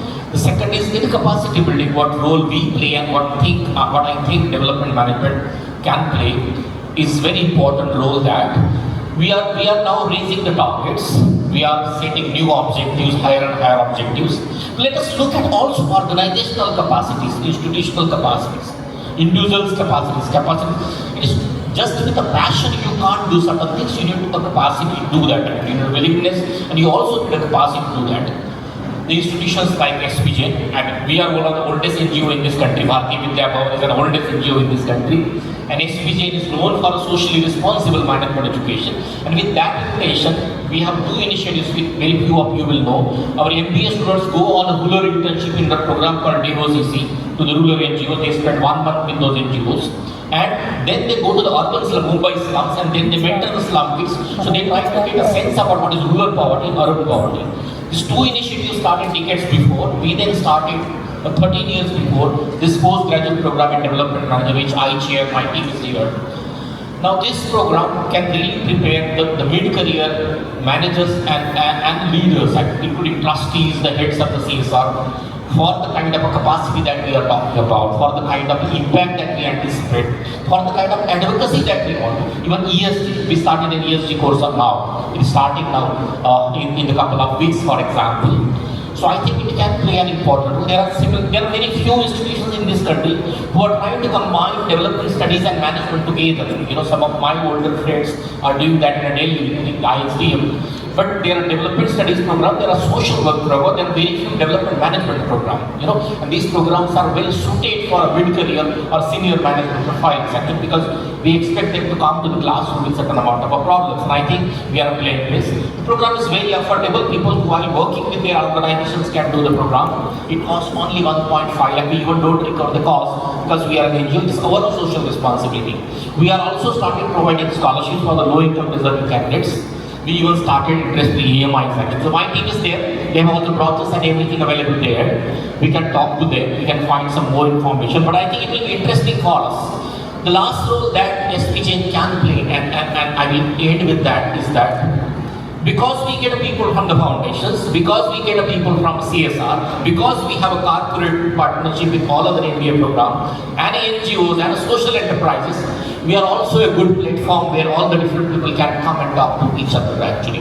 That's a good role, I think. And networking, everyone keeps saying that besides capacity, I also need a network. I need peer actually. Whom do I talk to? I think that's an important role we play.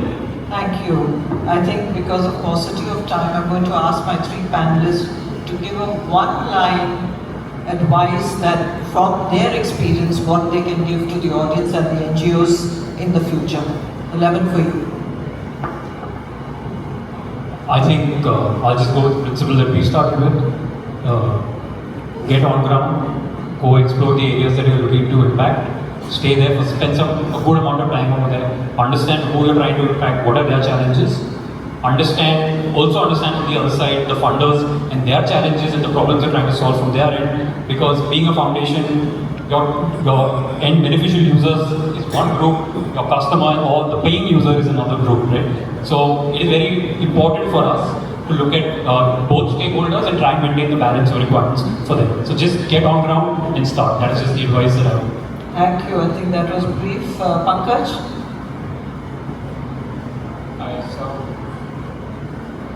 I think it's ironic that as a sector we start with something, we call ourselves something which we are not. So we say non-profit, and then we go on asking for money. So I think that needs to change and do align with programs which have a national development agenda. I think grassroots get very grassroots. I think the biggest problem in the sector is the top 200 NGOs are less than $1 billion. And if you look at the US, you find so many NGOs with $1 billion. So that I think needs to change. So I think that's. So Dr. Niladri? Yeah. So when we are doing the CSR activities, it is the companies who are doing the CSR activities. And when they do the CSR activities, the board have to look at, while they are looking at the problems and solutions and all, it has to also think in terms of what is the social value creation, environmental value creation that is happening related to the business that they are in. I am a technology company and I just sponsor for midday meals. Midday meals sponsoring is important, but does it create a social value related to my business? That is what needs to be looked at. That alignment between the business and what we are doing in CSR has to be in line. Thank you. I think with this we end the dialogue. Wealth creation brings value creation. I think that's the bottom line that we have to focus on. Thank you very much. Thank you, ma'am. Thank you so much. Ladies and gentlemen, a big hand for our first panel. This has been a very enthusiastic and a very energetic session. Thank you to our visionaries for joining us on the stage and sharing their very valuable insights. Thank you so much.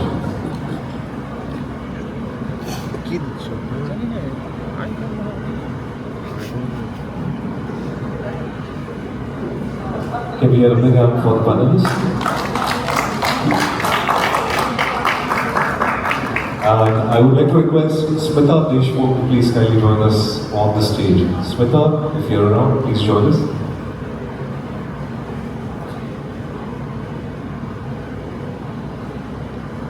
Smita is not around for now. Thank you so much.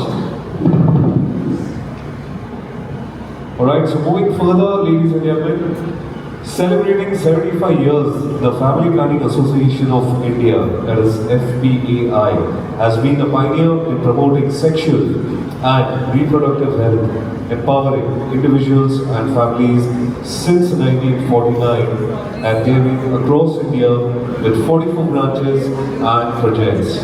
I request Dr. Manisha Bhise, the Director, Advocacy and Resource Mobilization, FPA India, to please join us on the stage. Welcome back. Let's hear a big hand. Alright, we have this session which is going to be on for the next 40 minutes. So, ma'am, it's going to be over to you. Thank you. the organizers for inviting every India to rate this panel. And even before I introduce our esteemed panelists, a request to the organizers on the principles, going by the principles of equity and justice.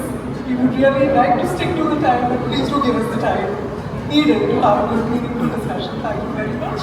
And with this, I'm delighted to introduce our panelists and invite them on the dais. May I request Mr. Puneet Bagi to please come on the dais. Mr. Puneet is the Executive Director of Smile Foundation with a rich experience of 25 years marked by remarkable achievements and impactful leadership in the field of banking, sustainable development, fundraising, marketing and communications. And he is currently heading Smile Foundation, and he has also played leadership roles in organizations like Care India, Helpage India, Tiny Pasta, and City prior to joining Smile Foundation. Welcome, Mr. Puneet. Next, we request. Hello, is this better? Next, may I request Dr. Payal Sharma to please come take the dais. Dr. Payal Sharma is head of the Social Arogya Parivar at Novartis India. She is a seasoned public health expert with over 15 years of experience and a decade-long tenure as assistant professor in community medicine at the 1900-bed municipal hospital in Mumbai. She is specialized in biostatistics and immunology, and currently she leads the social vertical of Arogya Parivar at Novartis, where she is responsible for shaping health systems, fosters health-seeking behaviors through large-scale community awareness campaigns, and manages efforts strengthening models for individuals. Thank you so much, Dr. Payal. May I request our next expert on the panel, Ms. Naval Abram, to please join us on the dais. Ms. Naval is the head of CSR Larsen & Toubro Limited, with over 3 decades of experience in the field of social development. She brings to the portfolio her expansive knowledge in the form of her expertise in social work and sustainability management. And she also believes that communities possess the inherent capacity to change and address their problems in creative ways. Corporates, governments, or external stakeholders can be best a catalyst or play a facilitating role. Ms. Naval, we will have a longer discussion on this philosophy that you mentioned, but welcome to this panel. And may I now request Dr. Kalpana Apte, who is the CEO of Family Planning Association of India. Please take the dais. Dr. Apte is a medical doctor by training, and she's also got her Masters in International Program for Management and a Masters in Public Health and Human Sexuality. Besides that, she heads a number of task forces at the national level, international level, and more than that, she's a thought leader in sexual and reproductive health and rights. So, welcome, Dr. Apte. So, with this panel, I think I must thank the previous panel and the panelists because you really set the tone for what we are going to discuss today. The previous panel did touch upon compliances, what work can NGOs do, how they get around, details about programming. We are going to go, as we say, looking beyond compliances, and I will give your permission may I sit down. Thank you so much. So we are going to talk about going beyond compliances. Well, we did hear about the ESG mandates. We did hear about, obviously, if there is a corporate and an NGO partnership, it cannot start without the necessary compliances in place. That's a given. Compliances are important for maintaining quality, for assessing credibility. But what happens beyond compliances? The projects do start, right? Projects will start. But what makes the project sustainable? What makes the corporates and the NGOs gel together for a common cause? So let us hear it from these esteemed panelists. And without much ado, I'm going to request each of the panelists now, looking at the time constraints. I would like to start with Mr. Puneet. So maybe each one of you just take a minute or two to talk about your organization and your work, and then we will go on to join the questions. So I represent an organization called Smile Foundation. The two broad things that we work on is the belief systems for Smile, civic-driven change. So if you're trying to talk about sustainable long-term change, without everyone being a partner, it can't work. So stakeholders can't just be people who are delivering or corporates or funders, it has to be everyone. So therefore civic-driven change is a critical bit. The second part of the second pillar is a life cycle approach to change. You really can't say that education is the end all or be all of change, or health is the end all or be all. You know, you've got to look at specific segments which will really carry the change over a couple of generations, because that's when it really settles down within the community. So you've got to start to look at a whole life cycle approach. Sure, you may or may not necessarily have all the skills to approach or address the life cycle problems.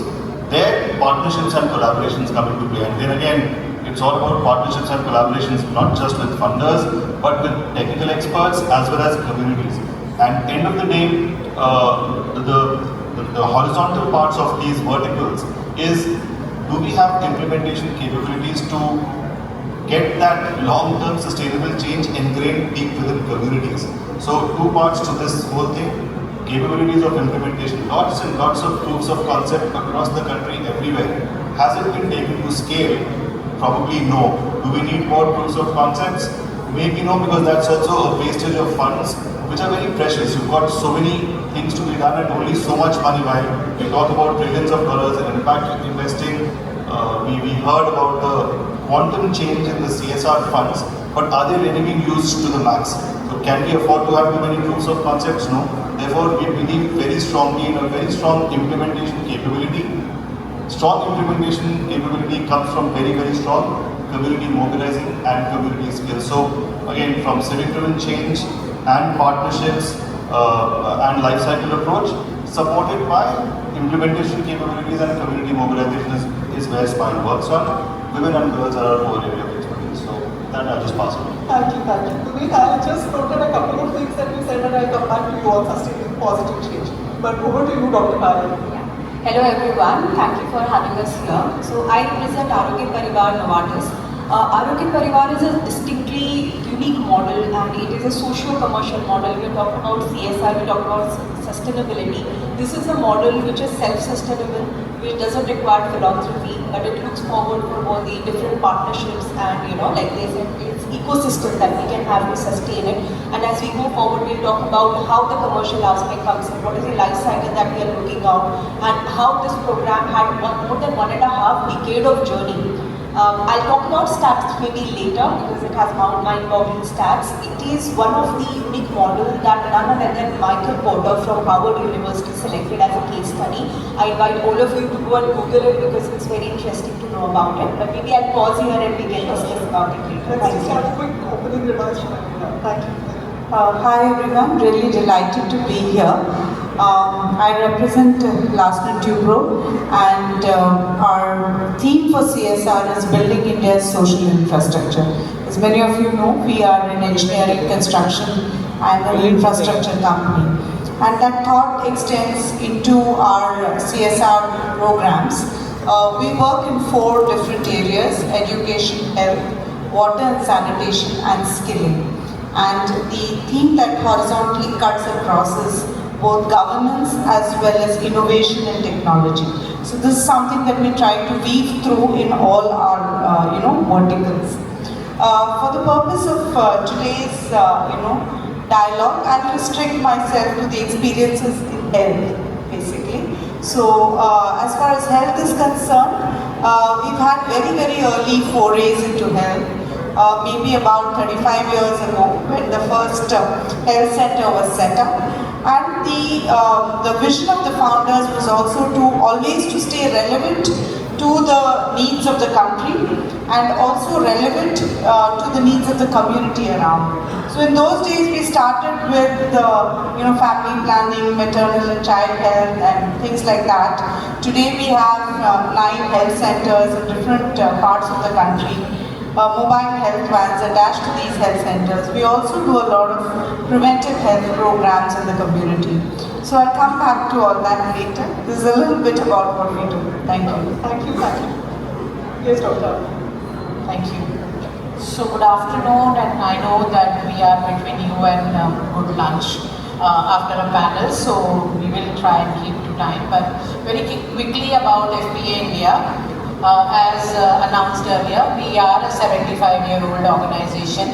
This is our Platinum Jubilee year, and predominantly started with by women with an impact to ensure that the maternal mortality in a very, very newly, you can say, a country which got freedom, maternal mortality was very high, still is very high in our country, though it has declined. So started with that aim. Today we work in 40 locations. We predominantly provide family planning, maternal health, safe abortion, and all a gamut of sexual and reproductive health services, ensuring that people are able to enjoy their sexual and reproductive rights. So that's the framework with which we work, and we are really fortunate to have partnerships with the Government of India, with the CSR partners like L&D, like earlier we also had Arogya Parivar and many other CSR companies. And it's a journey, and I think all partnerships are meaningless unless we have the partnership with people on the ground. So that, as very rightly Puneet you started talking about, that is what is the community mobilization, and working with the communities remain at the core of our work wherever we go. It's very local to that state, that district, that village. And it's not a program that we create which is hoisted from the top. So that. Thank you, Dr. Apte. We'll come back to that. But let's go back to Mr. Puneet, because you mentioned some very important things, keywords: community mobilization, capability building, sustaining positive change. So these are very important initiatives, and I think these initiatives that you have taken have the potential of bringing about what we call as transformational change. But as we all know, working in the sector, and you've been working in the sectors, transformational change doesn't happen like this. It takes a lot of time. Now here is the conundrum between corporate grant making and NGO implementation. How do you, how can I say, how do you capture, or how do you encapsulate transformational change in a project proposal, in a non-frame mode, and how do you convince the funder that yes, funded, but I won't be able to show anything in money? How do you do that? So that's a bit of a mix or blend of art and science, if I were to say so. There are wheels within wheels which a lot of corporates have mastered. I'll just digress completely from this discussion. I'll go back almost about 24 years when I started my career. I started my career with a company which was then called Maruti Udyog Limited, and the Maruti 800 used to sell for 90,000 rupees, just a sub 1 lakh rupee. And we would have our sales people standing outside Hero Honda showrooms saying, someone who comes to buy a bike with a 20,000 rupee check, get him to a Maruti showroom, we'll give him a loan and take 20,000 bucks and give them a car. That's how you develop markets, right? So what happens here is you've got to build wheels within wheels which the sector's got to work with. We heard people on the previous panel saying that the sector started with volunteerism, then moved on to individual donors, then moved on to slightly largish donors from within the community, and then it went on to corporate donations, and today we're talking about impact investment of trillions of dollars, right? But coming back to this whole process, how does it work? How do I try to do that in our programs? How does Smile does it? There is this corporate, you need to talk to them, and you've got to create corporates with the kind of learning they've had over the years. So Mabel ma'am said, so many years of working, Arogya Parivar has been around for years. So clearly these are organizations which are graduates of that school. So clearly they are the thought leaders, and they know it takes time to make that change. Obviously they have to match their business perspectives also. So as NGOs, as people on the delivery side, we've got to be a bit sensitive to that. We've got to make sure that we provide proposals or we provide solutions to them which map both the time frames.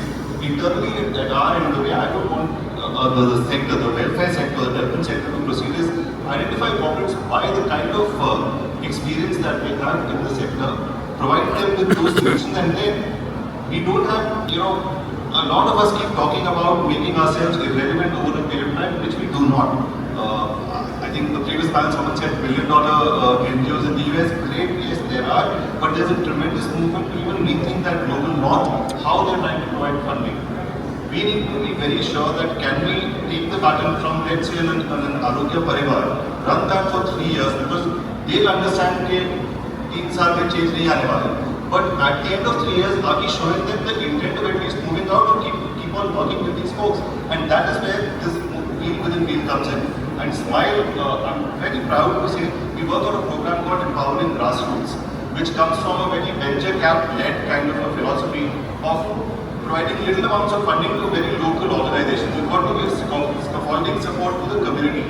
So you find someone who's very passionate in Bolangir, you find someone who's very passionate in Ambikapur to run a small NGO. So from me, a small grant out of my individual funds to a small organization there. 3 years I run the Arogya Parivar in Ambikapur, and then I pass it on to that local agency. Now, that local agency, I train them for a period of 2 years on not just project management and program management, but on HR, on marketing, and we call it mobilizing resources. It's not just about getting those rupees. Mobilizing resources locally. Ambikapur has the rich who will give a 20,000, 30,000 rupee donation. There are scaling problems. People don't have jobs. So you've got to grow those ingredients to get the sustainable cycle go right down to the last bit. So I think as a philosophy, we'll have to adapt to this whole bit of creating smaller organizations where the baton can get passed, let them become bigger, and the larger ones need to move on to either working with large corporates or impact funds to create larger concepts and pass it on to the smaller ones too. I think that's very nicely said. I have a very practical approach. From what you said, what I hear is you're talking about catalyzing the legacy, right, on the ground that can foster into something big and sustainable. Because they know best. I don't, sitting here, none of us will know what the exact problem at Damoh is, what the exact problem at Shirapur is. They know, let it be run by them. Let's give them the guardrails. Let's build capacity not just from a technical standpoint, but also how to raise funds, and then let's go away, let's look at the next problem. We are 1.4 billion people, we still don't have the census though. We still 1.4 billion people, our problems are not going to end in a big hurry. And climate is on to us, we don't even know what is going to happen. So let's keep our capabilities here free for other challenges that we keep fighting the same battles. Perfect. Thank you, Puneet. So talking about legacy and transfer of legacy, I think Dr. Payal, you need to tell us a little more about the social business model of Arogya Parivar. And I believe the model was inspired. I mean, the integral part of the model is a commercial item or meeting commercial targets as well as meeting your social targets. So tell us about it. Yeah. So I'll again take you back in early 2000s when there was a book published. I don't know how many of you have read it, Fortune at the Bottom of the Pyramid, where a leading economist, C.K. Prahalad, he said that don't look at this, poverty, below poverty line or lower middle class as with your philanthropy lens, look them as your consumers. Can you commercialize, can you consumerize these populations, and can you reap benefits out of it? That is when Novartis, headquartered at Basel, they got their interest piqued and they invited him to talk to all the stakeholders. And he said that, look, if you want to make it into a program, I'll be interested to talk to you, else I'm not interested in spending my time. And there was then a gentleman called as Oliver Jerry who took up this opportunity, this challenge. He came down to Uttar Pradesh, one of the most needed states as we call it, and he started with this program. This program is based on creating livelihood in these rural communities, creating or planting the change agents by capacitating them, telling them about the health condition, diseases, how to prevent. We do it not just like a talk, we do it in the form of stories, because we all know India is very much story-oriented country. Everything, Mahabharata, Ramayana, everything is in form of story, and people really want to hear the stories. So this is kind of a nukkad story, a nukkad natak, where a person goes and then he engages with the community, narrates the story. But then those stories have the nuggets of health-seeking behavior. Those stories have the nuggets of why it is important to go to doctors. Those stories have built in them how you prevent, and they leave them with the essential do's and don'ts about that team did that, and along with it, again, like I said, philanthropy, funds dry off with the change in priority. He said, why can't Novartis look at launching the molecules for these communities? No MNC has ever done that because last mile is the most difficult thing to do. So they launched what molecules were needed by these communities in the markets across, when I'm talking about this 2 years back data, where we were in 18 states, all major states and EHG just states. Just to interrupt you, and just for clarification, by molecules you mean you launched certain drugs, drug compounds. We branded them as Arogya Parivar drug compounds. These are all the drug compounds of medicine that were branded Novartis quality, of that quality, but they were highly subsidized. They were of affordable price, and these communities could, we reached to more than 40,000 rural doctors, more than 30,000 pharmacists, and they started keeping these drugs. Their capacity building was happening at the same time, and whatever revenues were generated, they were proud back for conducting our health interventions. So we did this health education meetings, as we call them. We also did, along with them, we partnered with the volunteering doctors who were practicing in the nearby towns. More than 2,000 of them, they participated in these health activities. They came and they did these health camps. And if I have just to give you perspective in the kind of work for 16, 17 years Arogya Parivar has done, we have reached to more than 9 crore touch points in about 28,000 villages. More than 30 lakh people have been screened, more than 64,000 health camps have been conducted, more than 1.16, if I remember it right, people have been approached with these quality medicines. Even when Corona was happening, the profitability of many of the pharmaceutical companies was going down, we were inclining because of the kind of approach we had. So it's a very different kind of model. And when we talk about life cycle, it is very imperative. So Novartis could done it because there were right people at the right point of time. They had the gut, commitment and conviction to come up with a program like that. Not only come up, Arogya Parivar has faced many challenges, many change in transformative journey of an organization, but it still kept going for so many years. But it is also important to look at the landscape. How is the landscape of healthcare ecosystem changing? Are you adapting to it? And a company has to constantly adapt to those changes while adapting to their own transformation journey. And that is why I agree with Ji that legacy transfer is what we call them. We were present in 18 therapeutic areas. All the therapeutic areas you could ever think about when you are talking about the rural communities. And from there we came down to 3 therapeutic areas, which were namely sickle cell anemia, leprosy, malaria, because they were more important from organization perspective, and that marries with what Government of India is also investing in. From there on, we also tried to see who could be our partner, whom we can give this legacy. So it is very important to canvas the landscape and see who are the potential partners, and maybe at the local level, maybe at the national level, who can take this potential and again keep doing the good work that we do. I think we just keep it at this point, because you have just mentioned that while you were doing, while Novartis Arogya Parivar was developing this model, you were continuously scanning the landscape, right? About where you transfer the legacy and where you put it. So two strands that I see of commonality between what you said and what Pujiji said was about capability. Yes. Capability building. And that is where, Nathan, I would like to come to you. You mentioned about technology, innovation as some of the key areas. And well, we all understand today AI, machine learning, innovation, those are the buzzwords that we definitely, I might sound a little cynical, but we definitely would want to bring these keywords into our project proposals to make them very, contemporary. As somebody who funds and the experience you have,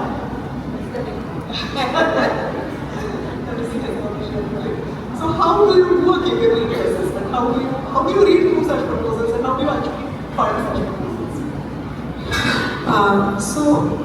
One thing I would like to say is that there is no good or bad proposal. It's all about marrying of the values between the implementation partner and the funding organization, whether it's a corporate grant or any other philanthropic organization which is making the fund giving. When we look at funding, firstly we do not look at it as funding. That's the basic premise, that you're partnering in a program.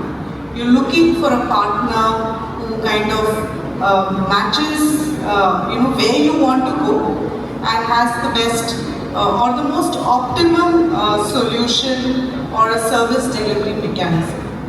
So when you kind of look at a program from that lens, then all the parameters change. Because as organizations, like when it's an NGO or people's organization, you have a certain strategy, you have a certain approach, you have certain things that you want to accomplish within a certain period of time. When you look at a corporate, they also have a strategy, they also have a vision for their CSR work, for their development work, for how they would like to engage with the community. So finally what comes together is, if there is a synergy between the two, then that works. So most of us, when I speak for the kind of programs that we do, we go by this approach. So it may be a fantastic, a world-changing proposal, but at that point of time, we are not out to change the world, then maybe that will not fly. But there are certain very inherent things that we look for, or I would say most CSRs look for, and some of those things Punitji has already alluded to it. The first thing is capability or capacity to execute. And like we say, horses for courses. It doesn't really bother us much whether in terms of whether it's a big NGO or a smaller organization or anything like that. It all depends on where we want to go, what we want to do, and who's the most suited to implement that vision or that particular program. Now, having said that, so one of the things that we look for is capability to execute, governance. Who are the people behind the organization? What is the credibility of those people there? The third thing that we also look for is what's the sustainability of the project? And I think again he alluded to that earlier. Is this heading in a direction where after a certain point of time, we will make ourselves redundant? Will the community take over? And yes, we do also understand that not everything can be sustainable or can be taken over by the community over, after some years. So with that understanding in mind, some projects will go through. But again, that belongs to that particular theme or sector. But by and large, we would look for sustainability in a project. We would look at how you can engage through the program with your own employees. Is there a scope for volunteering amongst employees? Is there a possibility where your stakeholders can get connected to that? Is there a mechanism to scale to size? Do you see a path to scale? You do it today here. Can we take it to scale later? Is there a potential for scale? Then are we getting bang for the buck? Okay. But again, optimum bang for the buck, not at the risk of running a program which is like scrimping on all the essential things. But does this make good common sense? I often say that project proposals which are extremely lofty and very complicated, sometimes what we don't understand, it's very difficult to kind of go ahead and put your money there. It has to make common sense. It has to address basic needs of the community. And I think with so many years in the field, most organizations or NGOs have a good feel of what works and what doesn't work. So we respect that. And also organizations that can say no. As a corporate may give you a list of 100 things that they want done. But very often, many of those things may not be practically possible. So if an organization says that this is what we do and this is what we just cannot do, we respect that. Because there is a lot of thought that has gone into it, and it really shows that they're very true to what they say and do. So these are some of the basic things that most corporates, I believe, will look for. Thank you, Nathan, very aptly said. Quite a few take-home points from what you said. listening to Dr. Amke, just borrowing a key word that he talked about, lofty proposals and credibility, strong governance. I think as a CEO of a 75-year-old organization, probably you have seen this and more. And also notwithstanding the fact that African Association of India was in a very niche, a very difficult area of trying to do advocacy, working for rights realization, and within rights, sexual and reproductive health rights. How do you navigate that space of that? So let me just share an experience. It's about you. So we work together. She is part of my team, and I'm going to share that in the context of lofty proposals. So Manisha is actually, her team is the one which interfaces with partners, partnership, and we develop proposals together. So a couple of weeks ago, we were both coming with another colleague who was also here. We were coming back from Delhi and we were traveling back very late night, and she was getting very upset that, you know, my deadlines, and because flight was delayed and delayed and delayed, my deadline, I have to submit this, I have to look at this, and doctor, that proposal has not started at all. And you know what, just before that we were talking about another issue where we just spoke about technology. And just in jest, I told her, use technology to write your proposal. ChatGPT. And you will not believe me, even before I could just tell her that do it or not, and she just did something on the mobile. And believe me, in 3 minutes, 4 minutes flat, there was this draft proposal with objectives, activities, indicators, and a little bit of everything ready. So that's the lofty proposal in my mind. I think that now you will have a problem. In order to see what is the reality where the proposal is germinating from the ground and talking about people, and it is not perfect. It has the imperfection of humanity. And that is where I think the proposals have to come. As Mabel, I would really like to thank you for that insight. That our proposals, or when it's not a proposal really, it's a statement of our purpose or our request, which may not be very pit-pat. It will not match seamlessly. It will have its warts and all. And that is a proposal that's more likely to be realistic. Now, having said that, we can really write, there are templates and there are so many things you have done it. But measurement of your success is a very important part of a proposal. What do you measure?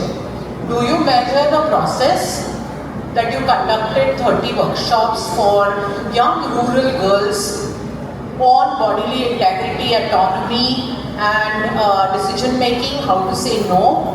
Or do you measure that how many girls were able to say no to eve teasing or make changes? Nobody really can, either process or impact. So that is where I think we strive to capture the reality, what real changes can happen. And as at the end, just one sentence I would like to say. You see, we talk about impact and we talk about empowerment as if impact is when empowerment happens. But we all know that nobody, none of us even are completely empowered all the time for all the things. We all are disempowered for something or the other. And we need to see that when we talk of empowerment, what is it that we are able to help the person to claim? That's all. Even if beginning of a change on the ground is an important achievement. That's what I believe. Thank you, Dr. Amke. And I think allow me to just complete that anecdote that you shared, just in case everybody is wondering that ChatGPT enabled proposal did not get submitted. We were it was between us, and it was something interesting for us, an internal case study. We did go to the drawing boards as was necessary to cover time. requested the donor for a little more time and I've submitted a proper proposal. We were talking to Dr. Niladri earlier in the day, and clearly 10-minute or the 5 cues you give to ChatGPT to generate a proposal, it takes up energy which is consumed by a 60-watt bulb for 1 hour. So clearly for NGOs to be green, let's not use too much of ChatGPT. Absolutely, you said it. But it's very uncanny, it is here, and I mean, we have to deal with it exactly. We should learn it and we need to be a step ahead of it. Right? So, I think you brought in the topic of impact, Dr. Abhay. And I think what people say and what everybody understands is what is not measured is not done, is what is believed. But here is a lot of work happening on the ground, very intangible kind of work, slow moving up. How do you measure it? How do you measure progress? How do you measure success? How do you deliver? This is a question to all of you. You might take, I mean, since you brought it up, Dr. maybe from you, let's change the order. I did say about what do you measure, impact or process. What is it that you are able to show that this is what we have been able to do? And there is a section of narrative where in absolute you can show progress, and I'm not a researcher really. But then there are ways and means to do this. However, I must also say that it has been a learning journey for us. Because when we used to speak 15 years ago, when we didn't have so many CSR partners, our understanding of certain words were very different. It was deeper. When we said impact, I was very emphatically, I would say that it takes 5 years at least to make an impact on the ground. 5 years of continuous, constant intervention. But now, with that, I think the words are also, the word is the same, the meanings are different. And so impact from a market-driven or from a more, you can say, business-driven landscape is different from what is the meaning we infer to it. So the language is very important when we are trying to measure the success of our intervention. We say A and something is B, but then the meanings are different. So it's extremely important to not have jargon. When we are talking of impact, when we are talking of measure, it has to be a seamless understanding between all the partners. And that is where it is difficult because it's a different language. It's completely a different language, it's not the same. So we've learned along the way, and I know that the corporate sector making philanthropic grants has come a long way also. And it's the second and the third generation of now people who are driving these changes. I mean, look at Mabel herself. And the way she will drive an agenda, she is actually an ally, and I say this from personal knowledge, that she is our ally at the board level when the decisions are made. But then you still will come across certain business-driven thinking in some CSR where you will need to have those kind of conversations. So I'll stop there. Thank you. Actually, when we talk about, you talked about impact, and there is another term that you referred to, realistic. So even while we're talking about impacts, and that word, I totally agree with you, is thrown around very loosely now. So how do you expect a health intervention which kind of promotes health-seeking behavior to deliver impact in a year's time? You have to be very realistic. Certain things need time, and organizations have to mature to understand that.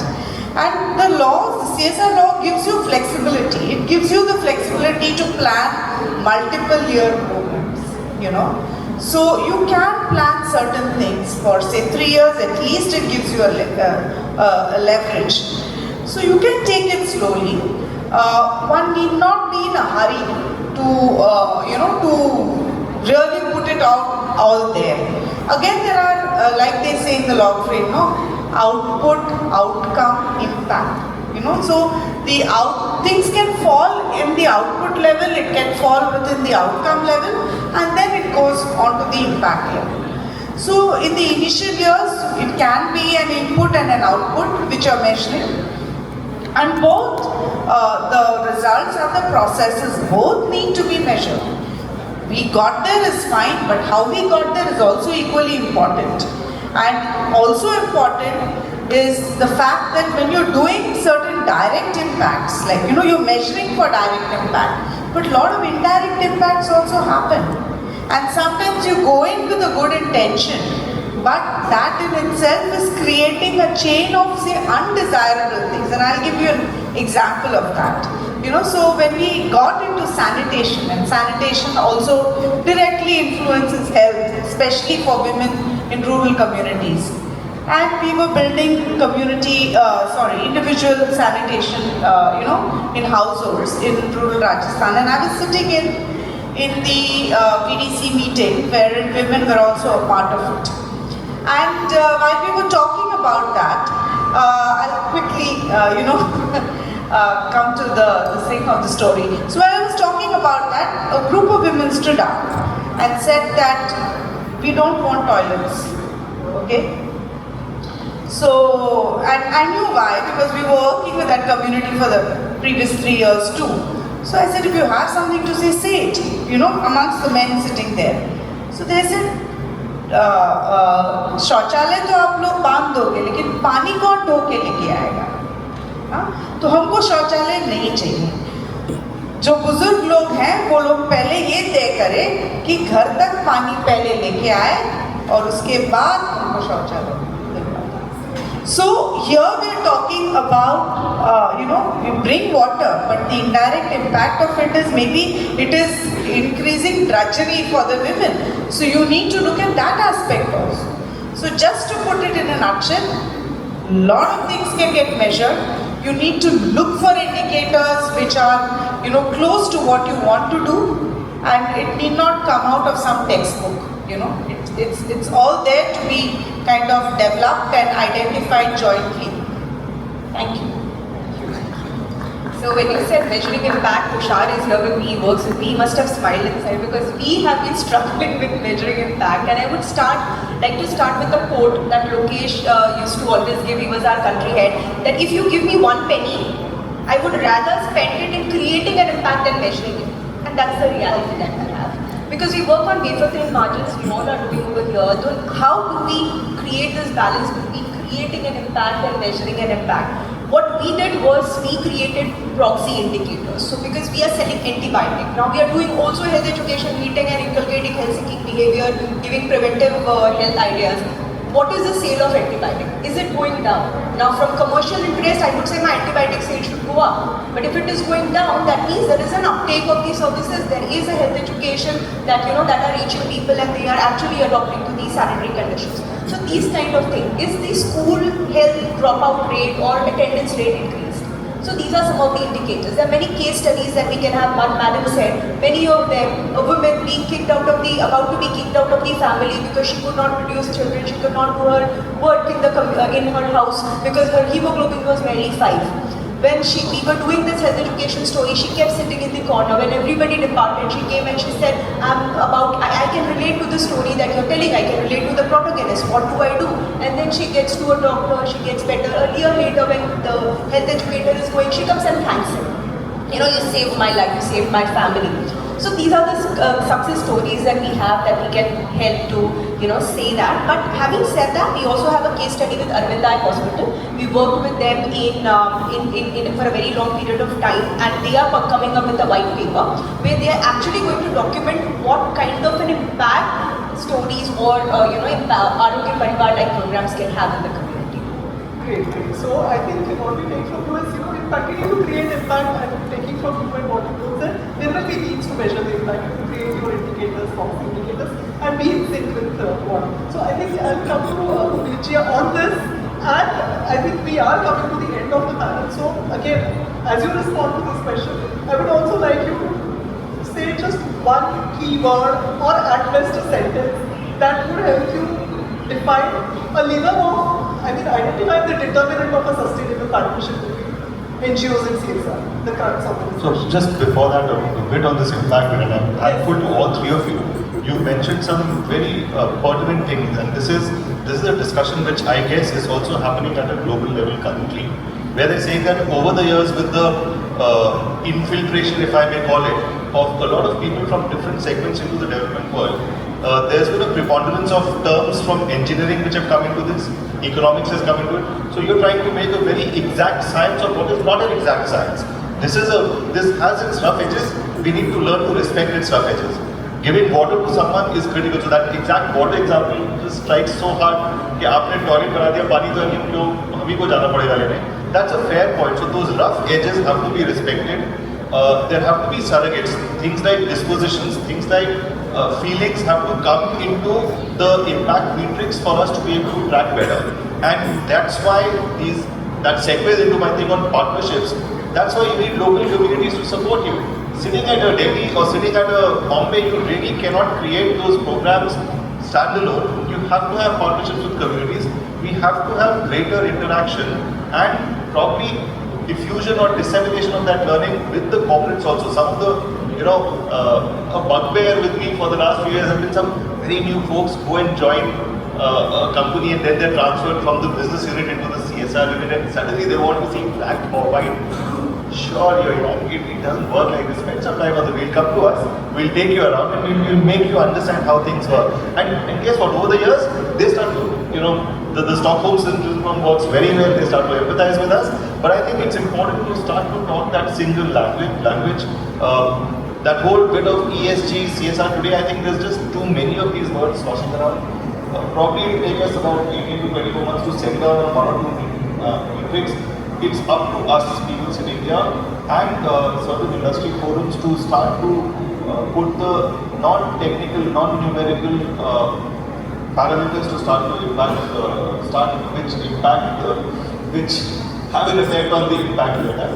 And if you don't have partnerships which are cross-cutting, there's a government partnership, there's a local community partnership. The more we come together as teams, not look at someone funding an activity on a daily basis, which is fair, please do, but I think if we've got to look at ourselves as partners, the more we can look at us as colleagues in arms trying to make a big difference and then going away from there, it'll be another.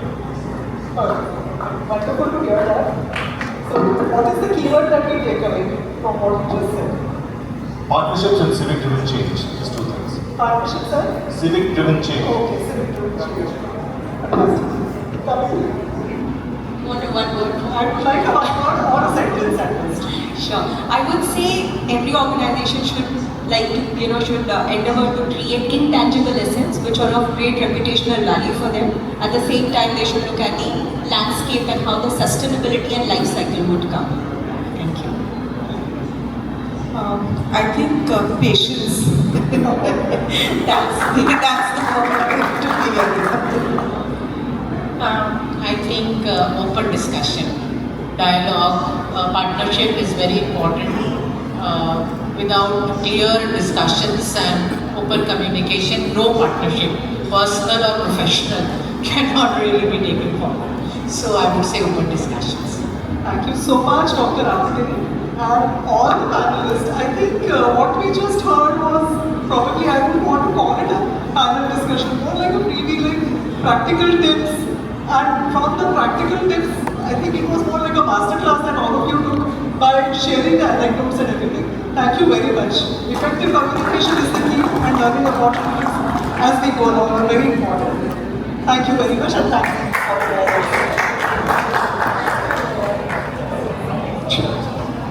All right, thank you so much to our esteemed panelists for such an engaging session. It has really added to our perspective and to our insights. Let me give a big hand for our panelists.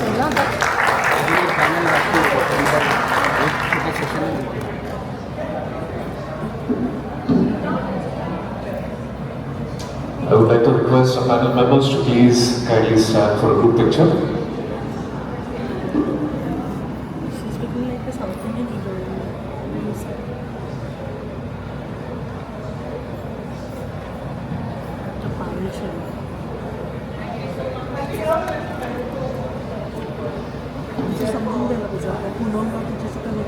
अजेंडामध्ये आहे त्याचं नाव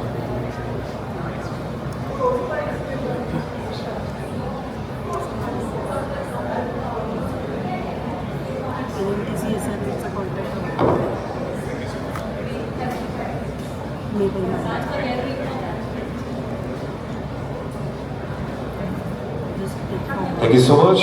And moving on further, building a healthier India, CSR solutions for women and youth. We'll explore how corporate social responsibility initiatives can drive impactful change, focusing on improving health outcomes for women and the youth. So let's kick off by introducing our distinguished panelists for this next discussion. We call on the stage the founder for Save Udyogini Ji. She is associated with 7 lakh plus women group of Maharashtra. Obviously, what started very small, what started as a healthcare in a hospital, of course, the hospital is entirely run by girls, entirely by women, right? Except for probably the ophthalmologist doctors who do the eye surgeries. So I think it is something for us to learn from. Yeah. No, absolutely. I think when a woman's life is changed, her whole family gets transformed because everyone around her then treats her like a goddess, and this is amazing what you are doing. Another problem we saw in these poor states is grandparents typically when they get kidnapped, they stay at home because they can't see, so they can't go to the farm. And typically they make the granddaughter, they remove her from school and they attach that granddaughter with the grandparents, saying you become the carer at home. So education is gone for the girl. Obviously she has no life. What we call chula chakki, that's what they do, and then marriage and then children. So I think by giving eyesight to the grandparents, we could let that girl go back to school. Superb. Thank you so much, Karan. Ashka, my next question to you. You're working a lot on women empowerment, but I feel that women are already empowered. They are the Shakti. So they need the opportunities, the right opportunities. So how would you create that? So well, this is a very beautiful question, and you rightly said women are already empowered, and I love the concept which the lady next to me have come up with, stock market, because I am a research analyst and I write an article for the corporate newspaper about stock market, and it is very true कि हम पैसा कैसे कमाएं invest करने के लिए, बहुत बड़ी बात है. So as an NGO, what we does is a dignity project where we go and give food to the children out there, nutrition, undernutrition food देते हैं, जहाँ पर हम वहीं पर विलेज में वुमेन को बोलते हैं आप खाना बनाएंगे and we will pay you for it. That's how their earning starts, and the food is also distributed there. That's how the small tiny projects which we do and try to empower women.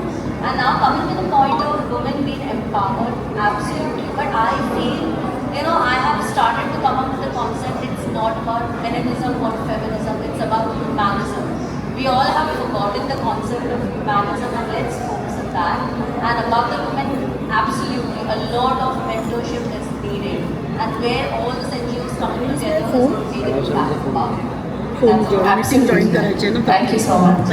पूर्णिमा का घ्यायचा आहे आपल्याला पूर्णिमाचा. आपने 7 लाख महिलाओं को impact किया है, और ऐसी और बहुत महिलाएं हैं जो कुछ करना चाहती हैं, जो बहुत स्किल्ड हैं, और पर वो शायद पहुंच नहीं पा रही है एट द राइट स्टेज, या उनके पास राइट चैनल नहीं है, तो उनको आप क्या एडवाइस देना चाहेंगे? एक्चुअली एडवाइस देने की तो ज़रूरत नहीं है, जैसे हम लोगों ने बोला कि वो ऑलरेडी वो एजुकेटेड है. एडवाइस कि वो कैसे अपने स्किल को, टैलेंट को एक बिजनेस में, एंटरप्रेन्योरशिप में टर्न करें.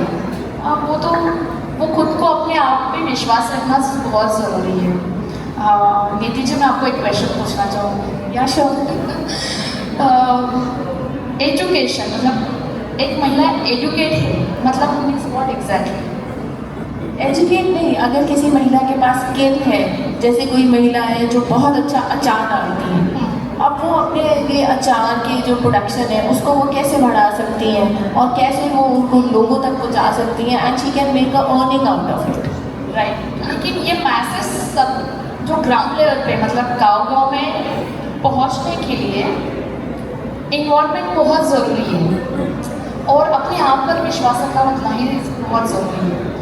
मैं ऐसी महिलाओं के साथ काम करती हूँ ना जिनका कुछ एजुकेशन नहीं है लेकिन फिर भी वो एडुकेट है क्योंकि वो अपने विचार से एडुकेट है, उनका एक्सपीरियंस है, उनके पास जो स्किल है ना जिससे वो अपने बिजनेस को एक एक्स्ट्रा मतलब एक अलग लेवल पे लेकर जा सकती है। और वैसे ही महिलाओं को हम लोग प्लेटफॉर्म दे रहे हैं।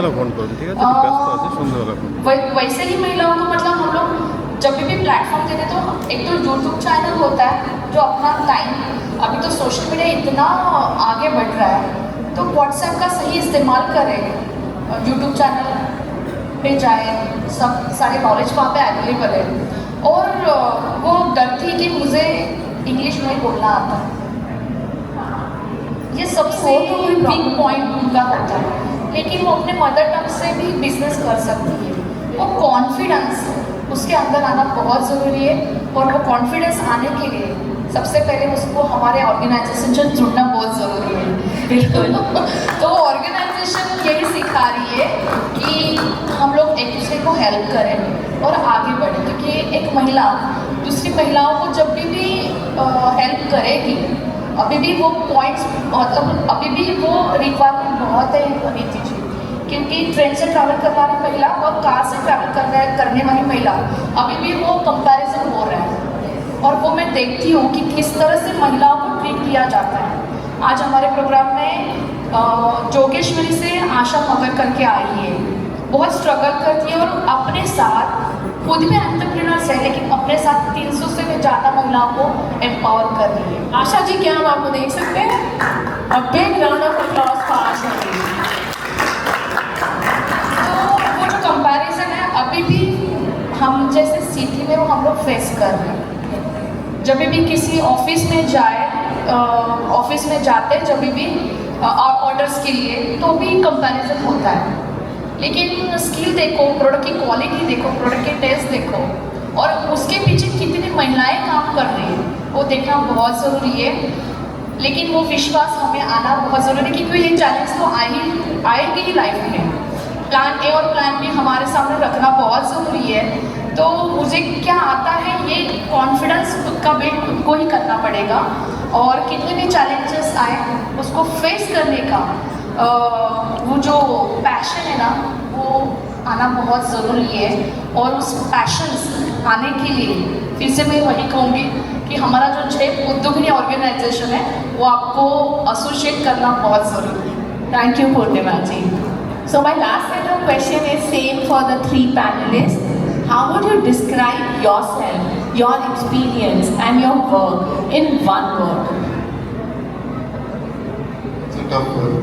I think I'm learning, because every day when I meet people, I met so many people from non-profit and NGOs here.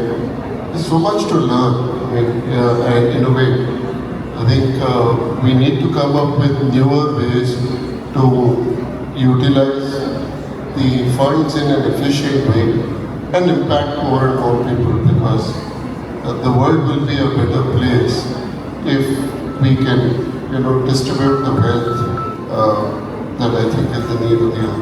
So how would you describe yourself in one word? I'm a learner. Learner, that's great. A big round of applause for Farhan and Shirana. Thank you, Farhan.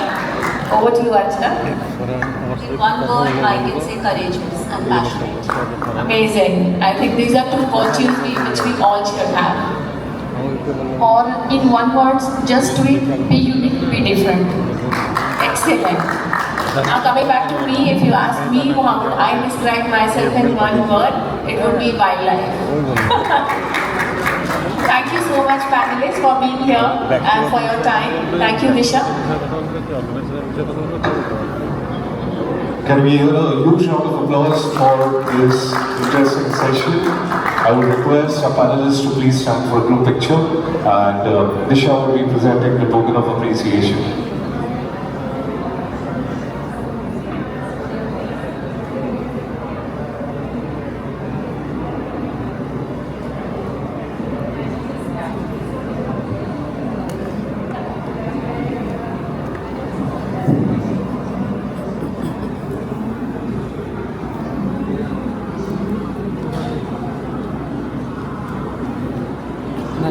so much to our panelists. I would like to mention this panel is ये very 8 घंटे close. Continue चलेगा. You make one call and they go out of the way to help you and support you in any way. So if you want to reach out for any support,